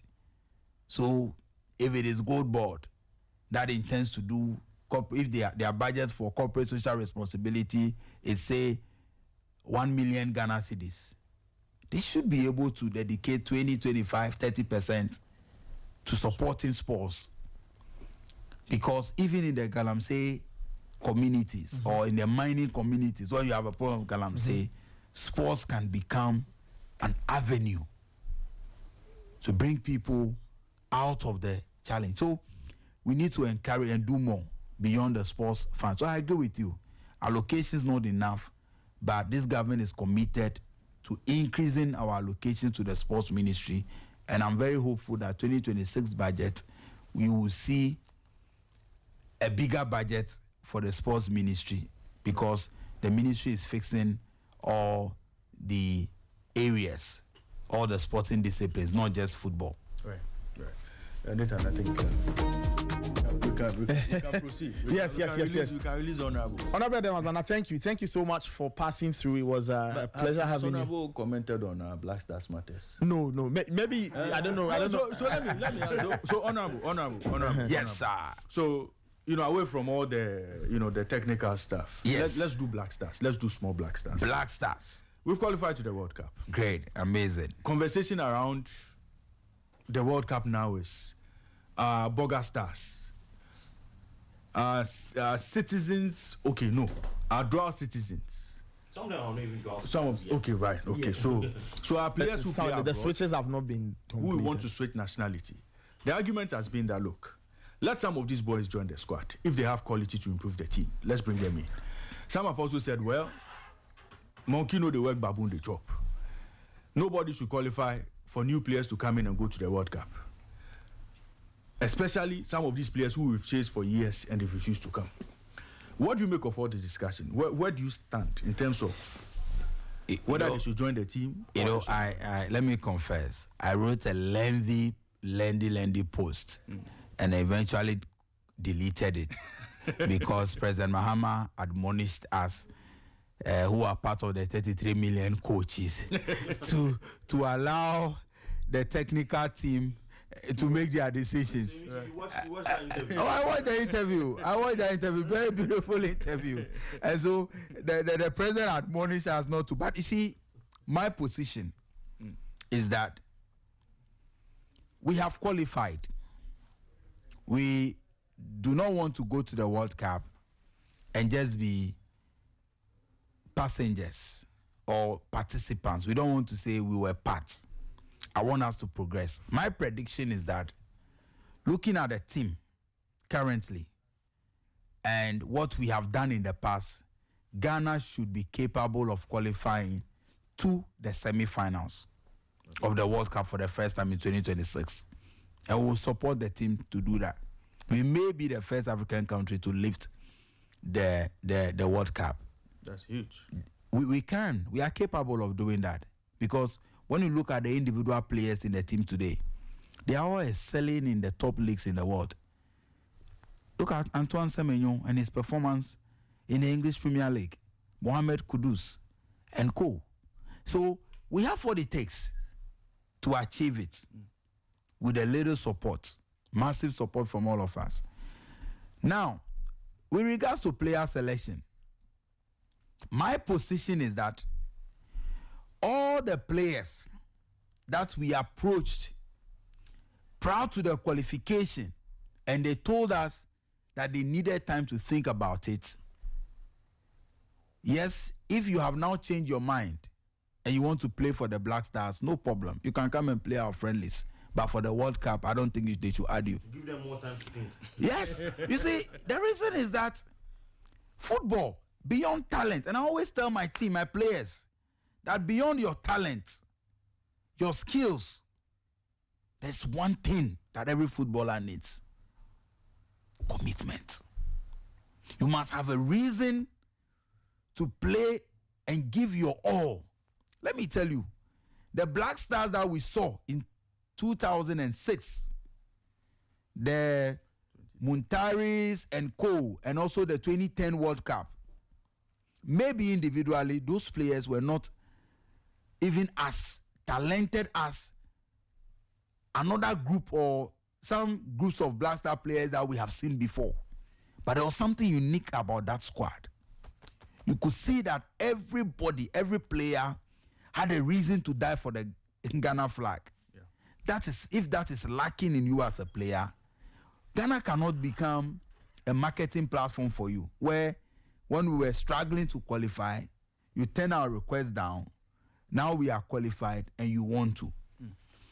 Again, those who were approached before and they refused or they claimed they needed more time, I don't think, this is my individual position, I don't think that they deserve a place in the national team.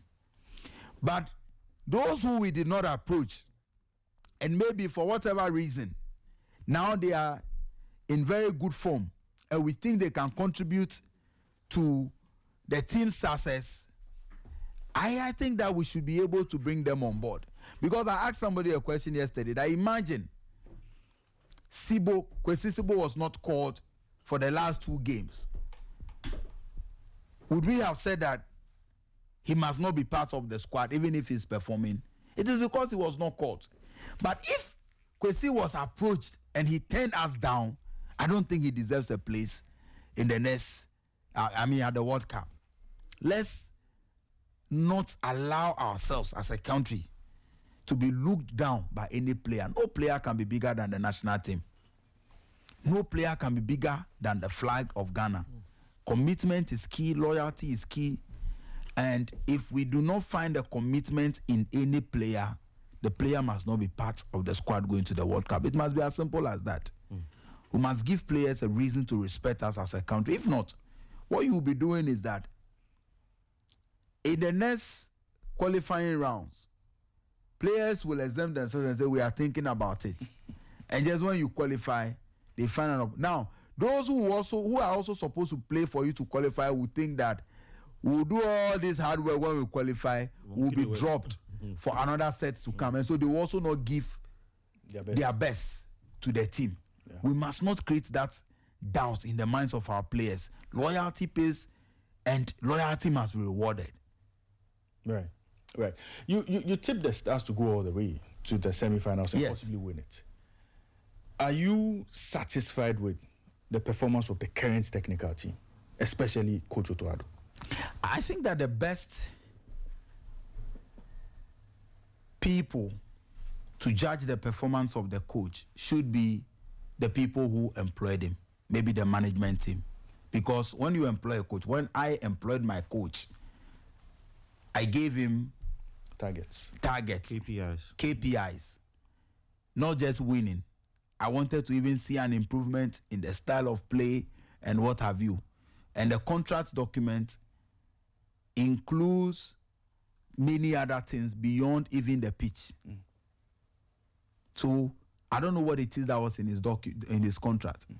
But just as a follower, what I see with the qualification to the World Cup, the matches that they played, number of goals we've scored, number of goals we've conceded, number of matches that we have won, and all of that, I think that Coach Otto Addo is doing well. Like I'm saying, I think, from what I see, I think that he's doing well. He's qualified us to the World Cup. For me, that is the most important thing. And I think he has what it takes to lead the team and take this team far. But if at any point in time the GFA, the employers of the coach on our behalf, believe that he does not have the technical acumen to see us move forward or to take us to the World Cup, that is a decision that they have to make, and we will respect it, like I said, because I am not privy to what his KPIs were. But looking at him, I think that he has done well, and I am happy with his performance as coach, and qualifying us to the World Cup for me is such an important feat, and we should all rally behind him to lead the team forward. Right. Well, this is still the Sporty Breakfast, and we've been having a conversation with the Honourable Member of Parliament for Ketu North, Honourable Edem Agbana. And he's also been speaking about the maiden edition of the MTN Elite Under-19 Championship that was launched in Accra a day ago. He is the chairman of the MTN Elite Under-19 Championship, and he's been joining us in the studio. He's joined us in the studio this morning to have quite a lengthy conversation on other issues, several issues beyond the MTN Elite competition. Honourable, a big thank you to you for joining us on the show. Thank you too for having me, and maybe I should make it more regular coming on your show. No, I mean, this is your second home. Yeah, I love it. Yeah, once you're here, I'm grateful. I love the studio and everything. Yeah, thank you. Thank you very I'll much. keep coming. And we hope to see you some other time. Sure, We'll be talking sports. Let's talk. We let's need talk to. Yeah, about we need to talk sports. Because you being an investor in the space, I mean, there's a lot we should talk about. A lot. Wonder There FC. are some challenges. Wonder FC. Nukunu Bada, the Wonder Boys. You need to come and join us. We are advocates for Volta Sports. Raymond is my deputy advocate. Yes. So Charlie, let's push it. Like I said, we just need more support. Yes. Yeah, we need more people in the space. So let's commend those who have gone ahead of us, doing a lot. Yeah. Randy Abe, Apeloto, Peter Mewu. We need to encourage such people to keep doing. Myself, Agbozome Weavers are my constituency. Hey, the way Agbozome gave me tough time last season. Yeah. You know, I'm the same zone with them. Yes. We defeated them, Agbozome Weavers and all that. In fact, we qualified for Middle League, but it was Agbozome United. They brought a protest. Oh, okay. And they deducted points from us. Then the Agbozome teams are worrying. They can worry. They brought a protest because my technical team, in writing the names of officials, added the name of our PR who was not registered in the system. I mean, come that on. was not that we filled that unqualified player. It's administrative. The technical There's just a little administrative lab. And if that particular match, we defeated Agbozome United. But they went on and claimed a point from us, and that's why we couldn't go to the Middle League and all of that. But lessons learned. Yeah. It tells us that we should be meticulous in everything that we do. You need to invest more in your technical manager, team manager, and all that. So we've corrected those things, brought in a few new people. Yeah. We have a new coach now, Coach Eze. The Nigerian guy. Yeah. Oh, so you have a foreign coach? Yes. Fantastic guy. No, I mean Eze is more Ghanaian than a lot of people. You know, Eze was part of those who led Homestars to qualify for Division 1. Okay. He also was the same coach that qualified Copper Year from Division 3 to Division 2. Oh, wow. Fantastic young man. I believe in his capabilities. He will bring Nukunu to Division 1. Right. Yeah. We wish you all the best. Thank you. Give me 5 years. I'll bring Nukunu to Premier League. Yeah, and we are here to we'll support. make it. Yeah, sure, we'll make it. Yeah, give me 5 years. Right. That's the target. In 5 years, there will be Nukunu In the Ghana Premier League. FC. We are Ghana looking to Premier But League. by the time the 5 years is done, your hair will finish. Charlie, it's not easy. As a day, they send message. They send message. They say budget for this weekend's friendly games. If you see the Papa, if you see the B at the beginning of I the they Papa, tell you. Thank you very much for your time. All right, bro. And we Thank wish all you the too. best. Thank Right, you. All right, right. I've enjoyed it. Thank you. This is still the Sporty Breakfast live on Sporty 106.1 FM in Accra, 102.5 in Takoradi, and 91.3 in Kumasi.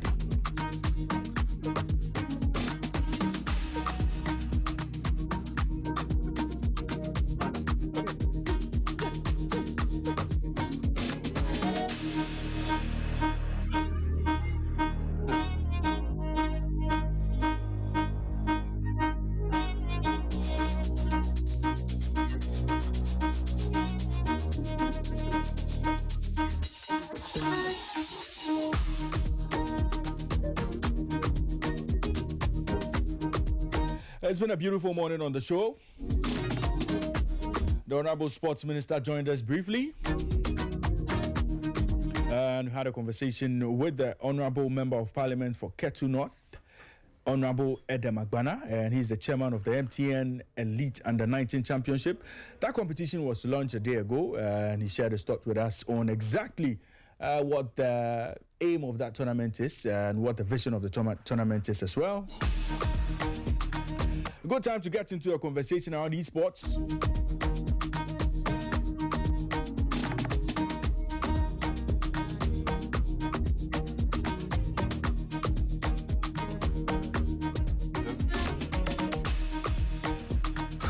And we have great news for you. AFCON 2025 is just around the corner.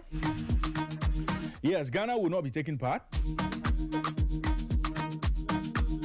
but the tournament is being hosted in the beautiful Kingdom of Morocco, and it coincides with the end of the year celebrations. This December,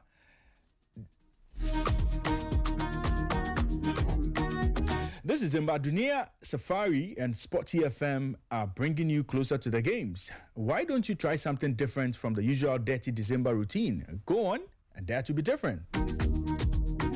Travel with your squad or your family to watch the AFCON games live and explore Morocco like never before. Yes, there's an opportunity for you to tour Morocco and watch the games live. In fact, it's always Dirty December, but this time around, Dunia Safari and Sporty FM are bringing something exclusive, something really unique.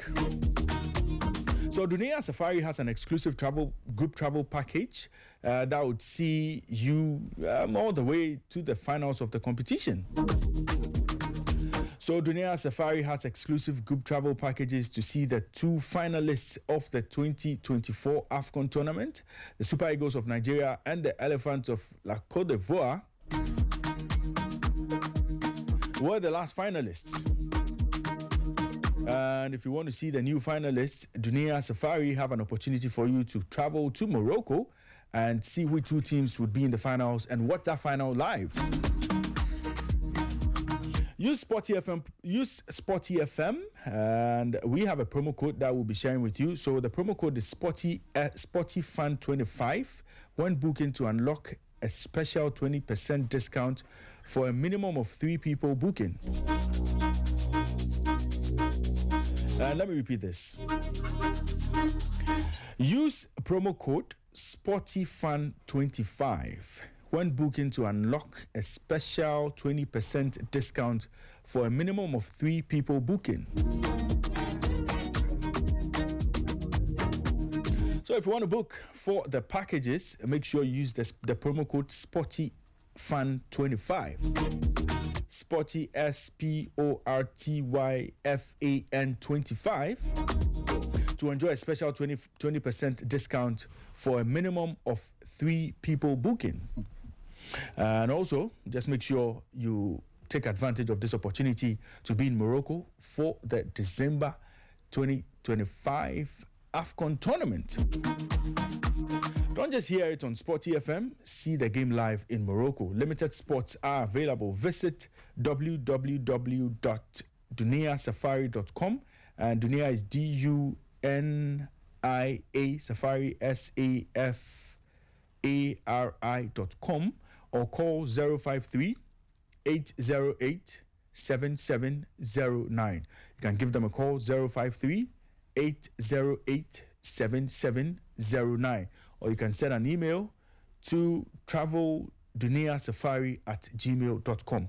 So email is travelduniasafari@gmail.com. You can follow them on Instagram, on Facebook, on TikTok at Travel Dunia Safari, at Travel Dunia Safari. So don't forget to book using Sporty FM promo code SportyFan25.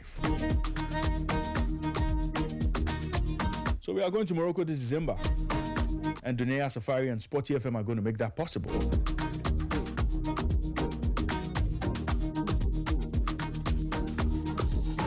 Well, good time to get into the discussion around esports, and I'm joined by 2 gentlemen who will be helping us understand exactly what's going to happen this year's edition of the MTN Conquest Esports Competition. Maximus Ametogo is the organizer of the MTN Conquest Esports Tournament, and Yao Entry Boidu is the manager, video and gaming for MTN. They've joined us in studio this morning, and we'll be having a conversation. Gentlemen, good morning to you and welcome to Sporty FM. Thank you very much. Great. Let me start with Maximus on this one. Tell us what the MTN Conquest Esports competition is about. So the MTN Conquest is the most competitive and the biggest esports event in Ghana, where we give top gamers the opportunity to show their prowess and win the biggest prize pool in esports event in Ghana. Okay. So that's the whole idea, and we organize it across the 16 regions. And this time around, we had about 870 gamers competing in various genres of the games. The prize pool is 85,000 Ghana cedis. Wow. So, cash and other prizes, yes. Wow, that's and nice. Sponsored by MTN. I was about to prompt you. Yes, exactly. But let me come to Yao. So Yao Enchibuedu is the manager, video and gaming for MTN. And Yao, I mean, I'm sure it's nice to partner esports to come up with tournaments like this. But what actually got MTN interested in this, and what got MTN to invest so much in this competition? Yeah, so for MTN, we've seen the value that esports is delivering. We also want to be in touch with our youthful population and the young at heart. You might not be a youth, but you are young at heart and have interest in esports. So we want to be in touch with them. They are our customers. There are other forms of entertainment, but those who are taking esports as their main form of entertainment, we want to be there with them, help them to enjoy the entertainment that they have interest in. So that's mainly what our interest is.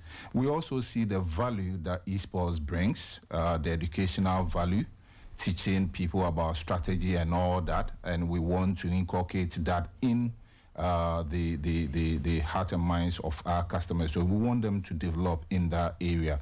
The collaboration that esports brings, strategy and all that, helping social engagement. You know, now kids, they pick their phones, they don't want to do anything, but we want people to socialize, to engage, have that communal engagement. So all those put together are some of the reasons why we are going into the space to engage. Yeah. And what, in tournament, in competition, post-competition, what are expectations as MTN? Okay, so in tournament, we are expecting the players or the enthusiasts to come in to display what they are made up of. The people have prepared. This is an annual event that we support. There was a bit of break, but we want people to come and show us what the preparation that they've made to display what they can do.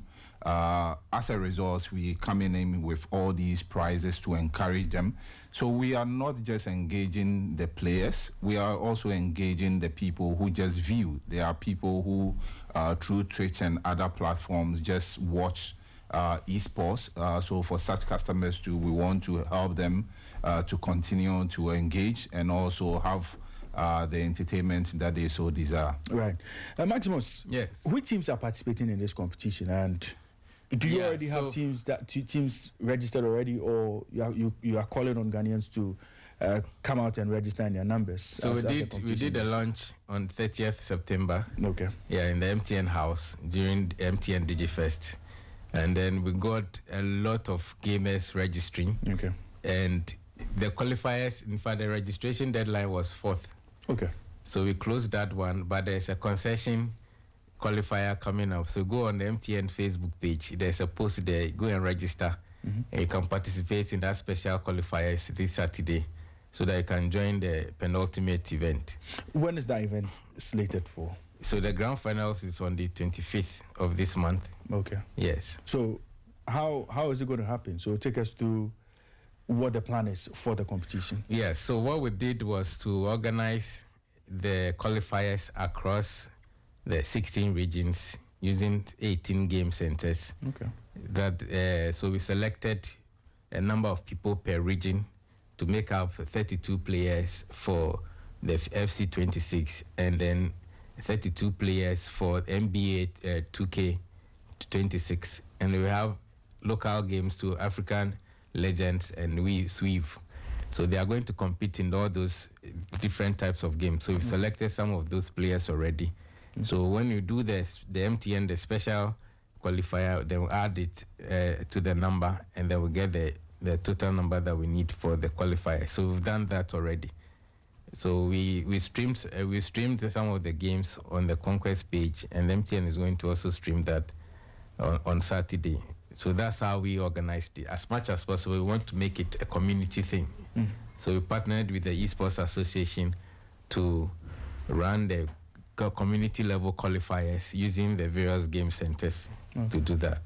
Well, when we say gaming, what, is it just the console games or the ones we play on our phones, and is it just football? Because a lot of people what they know is the football games. Like, when we say gaming, what does it entail? So gaming is more like competing to win something. Esports is the electronic, sports version of the traditional sports that we play. So that's the difference. So for a competition like this, what kind of games are gamers going to take part in? So we have football, so FC26. Then we have basketball, the NBA 2K26. Then we have Gran Turismo. It's a simulation racing game. And then we have the African's Legends. It's a strategy and fighting game. And then the Sweeve is also a strategy game that you play. So for a competition like this, if I'm registering, should I be good in all of these games, or maybe if I'm an expert in one, I can join? So we expect you to register per game. Okay. If you do multiple registration, you get disqualified. We want to give the top players the opportunity to participate in those games. Let me come to Let me clarify something before maybe your next question. Right. It has to do with the issue of esports being betting sports or game. There's a difference between the two. Esports is not a betting platform or game. This is just a normal online or electronic game that people play. It is entirely different from betting. So I wanted to clarify that. Right. Then the other point is that Mobile Legend is produced by a local developer, Letty Arts. So by way of helping local developers, we selected that game also to promote our local developers, for people also to know what people are able to do. Yeah. Thank you. Last time I had a conversation with the president of the Esports Federation. One of the challenges they had when it came to playing against their international counterparts was the issue of data. Yes. The speed and all the servers. Yeah, you had to do with the servers. I want to believe MTN has actually been able to develop infrastructure to help the gamers access the games easily these days. Yes, so latency has improved. Our technical team has worked with the team. We pick insight from them, so latency has improved, but there's more that could be done to ensure that we are just at that level. So we're working with the Esports Association to ensure that we get to that place. One other appeal that they made had to do with we providing them with some specialized data packages. This appeal came to our notice during the just ended DigiFest last month. So that is something that management is considering and looking at how best we'll be able to address that issue as well. How far do you see esports going in Ghana, and in terms of the popularity and how much you can leverage on the popularity of this? So how far do you see this partnership going? I can say that esports has just started in Ghana, and the sky will be the launching pad. I wouldn't even say that that's the limits, because if you look at the numbers and the number of people who are moving there, I think Facebook users, according to reports, Facebook users 2.5 million customers are interested in video gaming, 1.5 million doing esports in particular. So all those numbers are good, and as I mentioned, it's just started. It can only get better, and we want to be there where our customers are. Right. Maximus, your final words? Yeah, so we are very grateful to MTN for making this possible. You know, it's always easier when the money follows the passion. So we are very grateful. And we are very grateful to Sporty FM for being a partner of this particular competition too as well. And we thank the Esports Association also for being part, and then the various gaming centers across the country. We are very grateful for partnering with this particular event, and we'll make sure we make it bigger and better. Yeah, final words. Okay, so I encourage those who have registered and those who also have the opportunity to register in the special dispensation that we've given for them to do so. We encourage the gamers to come and display what they've made of. And also for viewers, those who watch through various social media platforms, we encourage them to come up. We'll be there, and on 25th, which is the grand finals at the Silverbird, we will expect to see a lot more people. Right. Maximus, the special dispensation, the special window does how long is it going to be for? In fact, the deadline is tomorrow, so you have to register right now. Right. And yes, he just mentioned Silverbird. So Silverbird is going to be the location so for we're doing the finals at Silverbird 25th of October. Right. Thank you very much, gentlemen, for joining us on the show. So I've been speaking to Maximus Ametogo, who is the organizer of the MTN Conquest Esports competition. And also, I've been speaking to Yao Entry Boidu. He's the manager, video and gaming for MTN. Gentlemen, thank you very much for your time this morning. Thank you for having us. Thank you. Great.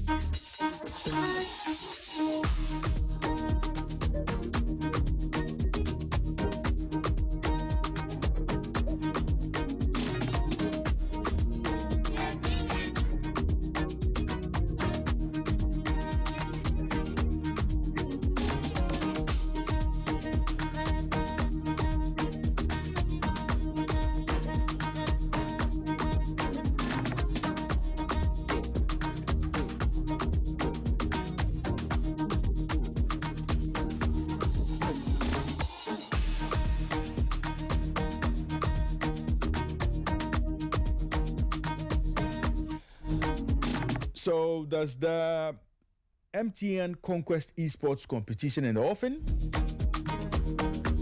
All gamers can actually take part in this competition. There's a special dispensation for registration. So go onto the MTN page on social media, and there's a link you would follow to register.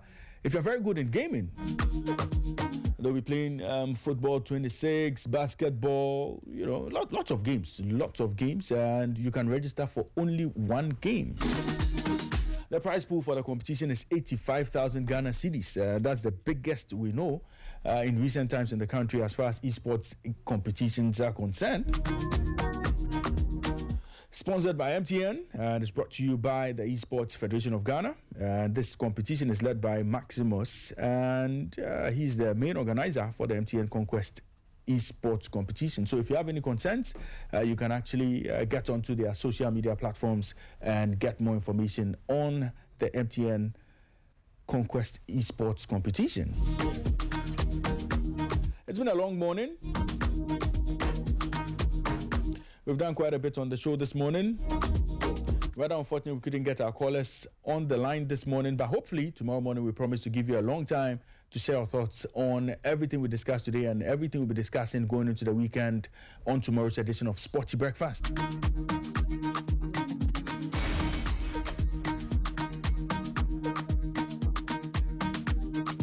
Let me say a big thank you to the entire production team: Emmanuel Ayamga, Immortal Ijakoi Champo, Flyboy Nima, Fidelis, Angela Menta, Kelvin Owusu-Anta. The general is here today. You don't really see the general in the morning, but today the general is here. A big thank you to Kwasi Fiaka for joining us on the show as well. Started the show with Nathan Kwao, who will be bringing you Inside French Football in the next 15 minutes. Inside French Football comes your way at 10:05 with Nathan Kwao. I started the show with him, and he'll be back in a bit.